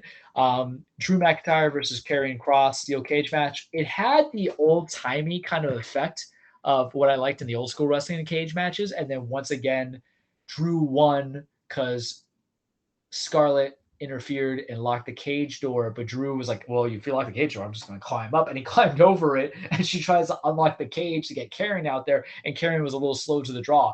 And she's always interfering. Remember, Cross was fired, came back. He was H's like baby in NXT, treated like a god, came onto the main roster, abused by Vince in the worst ways.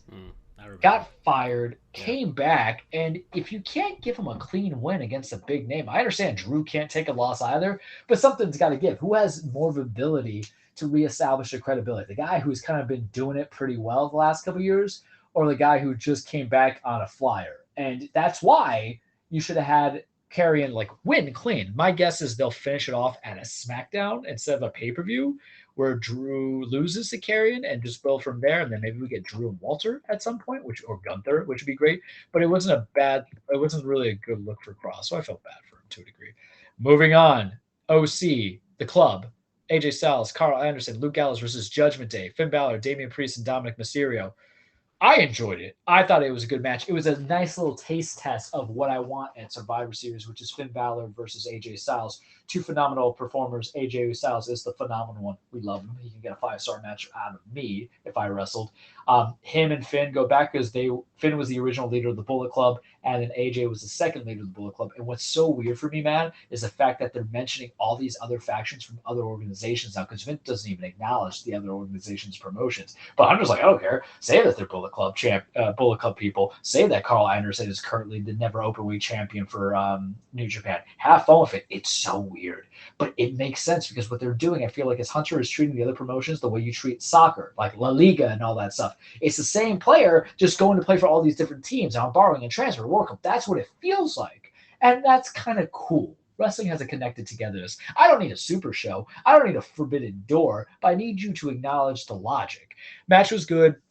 The final 8 minutes of it was just AJ and Finn, and then Rhea interfered, and then Finn pinned AJ, and that feud's not over. So I'm looking forward to it, and it's not over because on Raw, they went at it again, and Rhea is a female wrestler. Well, Hunter brought back Mia Yim, and Mia Yim is now part of the OC and Wage War, and good for Mia Yim. It's interesting because she's married to Keith Lee, who's over at AEW. So they could keep it separate and fine, or maybe you want to go work with your wife. I don't know. I think part of the reason, this is all speculation, of course, but part of the reason why it's a better revenge for Mia Yim at WWE than AEW is because I'm going to say right now, Tony Khan, even though we give them their props every now and then, their women's division is crap.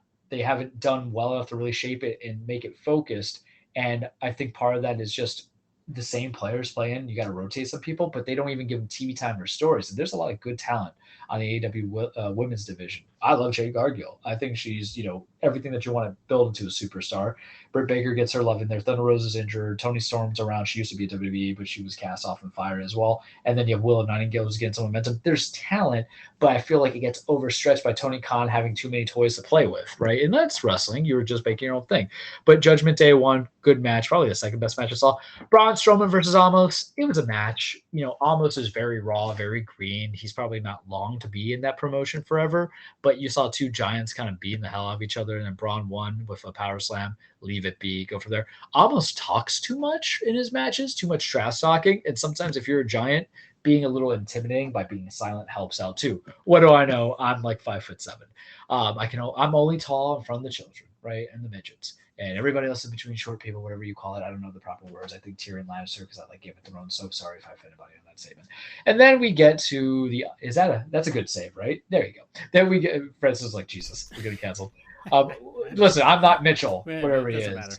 I'm a tiny man. So you have the Usos versus the Brawling Brutes. Excellent match. Best match of the night. Second best match of the night. I'll revisit it. Very entertaining. I don't think the feud's over. I think they go to War Games, but we'll see how it leads it there. Good tag team match. Then we have the Raw Women's Championship, Bianca Belair versus Bayley. Last women's standing match. I was looking through my phone throughout this entire match, and that's not a good thing. It's a spot fest. It's enjoyable. I like both women, even though Bayley, I feel like, is still trying to find her groove as a leader, damage control. But my problem is ultimately they have met 3 times now, and they had met a couple times before Bayley tore up her knee, and Bianca won every single match. She won the clean match. She won the ladder match with interference from all the damage control and still won without her friend. And then she won this match. What are we here for? How is this going to propel us to War Games, man? How are you going to be a credible threat? I understand that your girls won the tag matches, but you can't win the big one. So after 3 attempts, why are we still continuing the feud? What was the harm, really, man, of having Bayley win this title from Bianca in a last woman standing match, right? Nothing, because you're not even getting pinned clean. But Hunter probably wants Bianca versus Rhea. I want that match too. I ain't gonna lie to you. However, at the expense of what you want, what about what you currently have? That's sometimes the logic in wrestling. That's probably the most intellectual thing I've ever said about wrestling, and it's a world of non-intellectual comments that are made not just by me, but everybody in the internet wrestling community. Yeah. But seriously, like there was a cool spot with a golf cart, so I'll give her that. There was a couple of scary botches. I wasn't crazy about it. Bayley did not go through the table correctly. But I digress. Of a match. And then we had the match that was pure sports entertainment. It was a wrestling clinic, but there was wrestling in there, and that was Roman Reigns versus Logan Paul. I don't know why people don't like Logan Paul. I don't, can I say this word, dick ride social media influencers the way people did. I understand there's controversy with Jake Paul and him, like seeing dead people in the forest of Japan and laughing about it. They're dicks. I get that. So I get it, but this is sometimes, unfortunately, the new generation that we deal with, that we have all this mass media consumption and our vanity gets to truly show and people propel off of vanity. And you guys have to understand that's a consequence that we've all created from Instagram, Snapchat, Twitter, and then all the other stuff. And we all subscribe to it in some way, form of another. Hell, we have an OnlyFans. But this match itself, there was something about it where Paul, I'm looking at him, and I think he could be a big player in the WWE if he went full time. He does have a contract there, but he's probably like a spectacle. He's not going to be a guy who's wrestling on SmackDown or Raw, going from there often. But if he puts like 15 more pounds of muscle on him, he knows how to work the energy of the crowd. And you know my opinion about wrestling. If you are dead silent and no one's even having an emotion for you, you failed. It's Shakespeare in the Park, and you're doing your own stunts. And Roman is just so good as a trash talker. And this was really what should make you appreciate Roman as a champion, because, and I felt that Drew should have won at Clash at the Castle, and he didn't, but Drew couldn't have this match with Logan Paul. You couldn't, you have to have somebody who touch both sides, because wrestling doesn't have to be just flips and flops and then hammer fists. It can also be about, bringing all the people and jaw jacking and getting that emotion and that energy, instead of going, wow, you have that momentum of disbelief. And I don't like Jim Cornette at all, but he has this comment about wrestling where you know how a fight ought to be when you see a little guy versus a small guy. And, really the big guy should beat the shit out of the little guy. But then what happens is when you're telling the story, you're telling the idea, you're telling the David and Goliath, you're building into it, And then you get that idea that, hey, maybe that little guy could win. I'm going to pay the $5 to see how they win. That's the same thing of how you equate this match, because Logan's whole premise was one punch is all I need, one lucky shot. Who's not to say that I'm the guy who could do it? And they really kind of generated that story around it.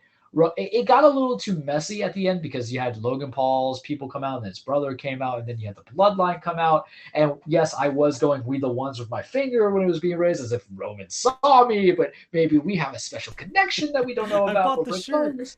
I bought the shirt. I have the Needle Mover shirt, and I have the We the One shirt, and I bought it for my paralegal too because we're wrestling geeks. And We the Ones, Derek. That's my shout out to you, bro.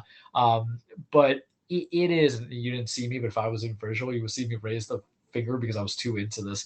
But it is something that is a testament to Roman, where you can get a match that good out of somebody who's had only 3 matches experience. This is their match, but they both knew how to work the crowd. Overall, pay-per-view was a C because, if I'm looking through my phone, if I'm going, this is so stupid of a booking for certain matches, it wasn't mean I was happy. Was I disappointed? No, but I'm glad I waited the next day to watch it so I could fast forward through the promos and then through the intros. I could just get straight to the point. Sometimes there was a benefit to it. And then last night at Raw, crazy stuff happened. There's a lot of bad reviews on what happened at Raw, and I'll keep it brief. So Seth Rollins is your United States champion. I think he should be the guy who dethrones Roman. Screw it, but that's just me. But he's the U.S. champion. He holds an open challenge. Bobby Lashley's coming out to challenge it. And then Austin Theory comes out. Now, Austin Theory is your current Mr. Money in the Bank. Who was Mr. Money in the Bank? What's the purpose of them? To cash in that briefcase for a title shot at any time that you want against the current world champion. Well, for the first time ever, the title was being cashed in on the U.S. championship. And not only did Austin try to cash it in, he lost. So it was a failed cash in. Austin was like Vince's final go at a prodigal son concept, or prodigal child. And Hunter took it over. And some people were saying that Austin's buried, and some people were saying he's not buried. It's a bad look either way, because I don't know why you can just have him try to attempt it on Roman and then fail, but you have it on stories that don't make sense. And it brings up 2 points of importance. One, Roman isn't on TV enough, and that's why that thing had to be, cashed in. But granted, you can cash it in at any time, but there's rumors about Hunter wanting to change the vision of the Money in the Bank briefcase. And then 2, but more importantly, Raw desperately needs a world championship. Remember, it was originally Brock, and then Roman beat him to unify the titles, but you don't know if it's unified or if it's just 2 of the same titles. It's now just the undisputed Universal Heavyweight Championship. Before it was the WWE Heavyweight Championship and the Universal Championship. But it's trying to treat the U.S. title to be bigger than what it is. And I like the U.S. Championship as a lore and a history, but it's not a world championship, and you create it upon yourself. So you're not going to end the brand split, right? You got to have everybody fight you out with your networking.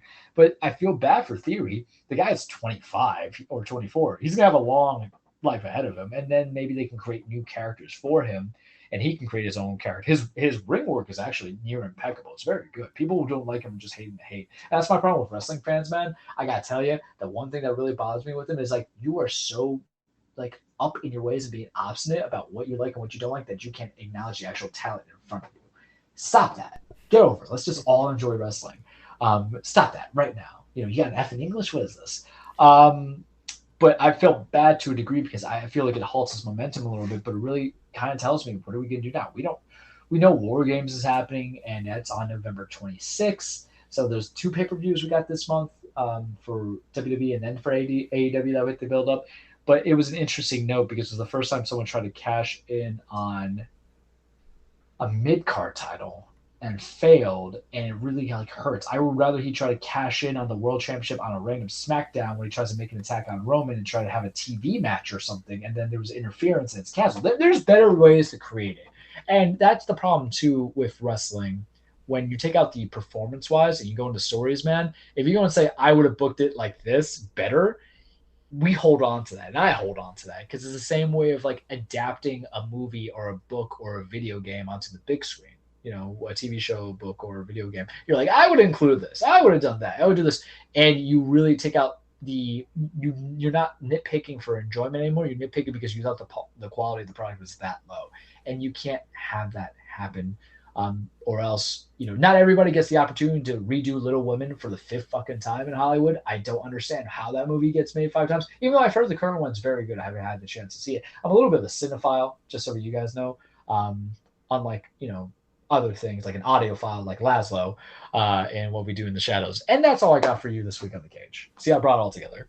Alrighty. Okay. So yeah, that's it. So we're at 2.5 hours. So I think we should just end it. All right. Yeah, that's fine. Bye, everybody. Take care.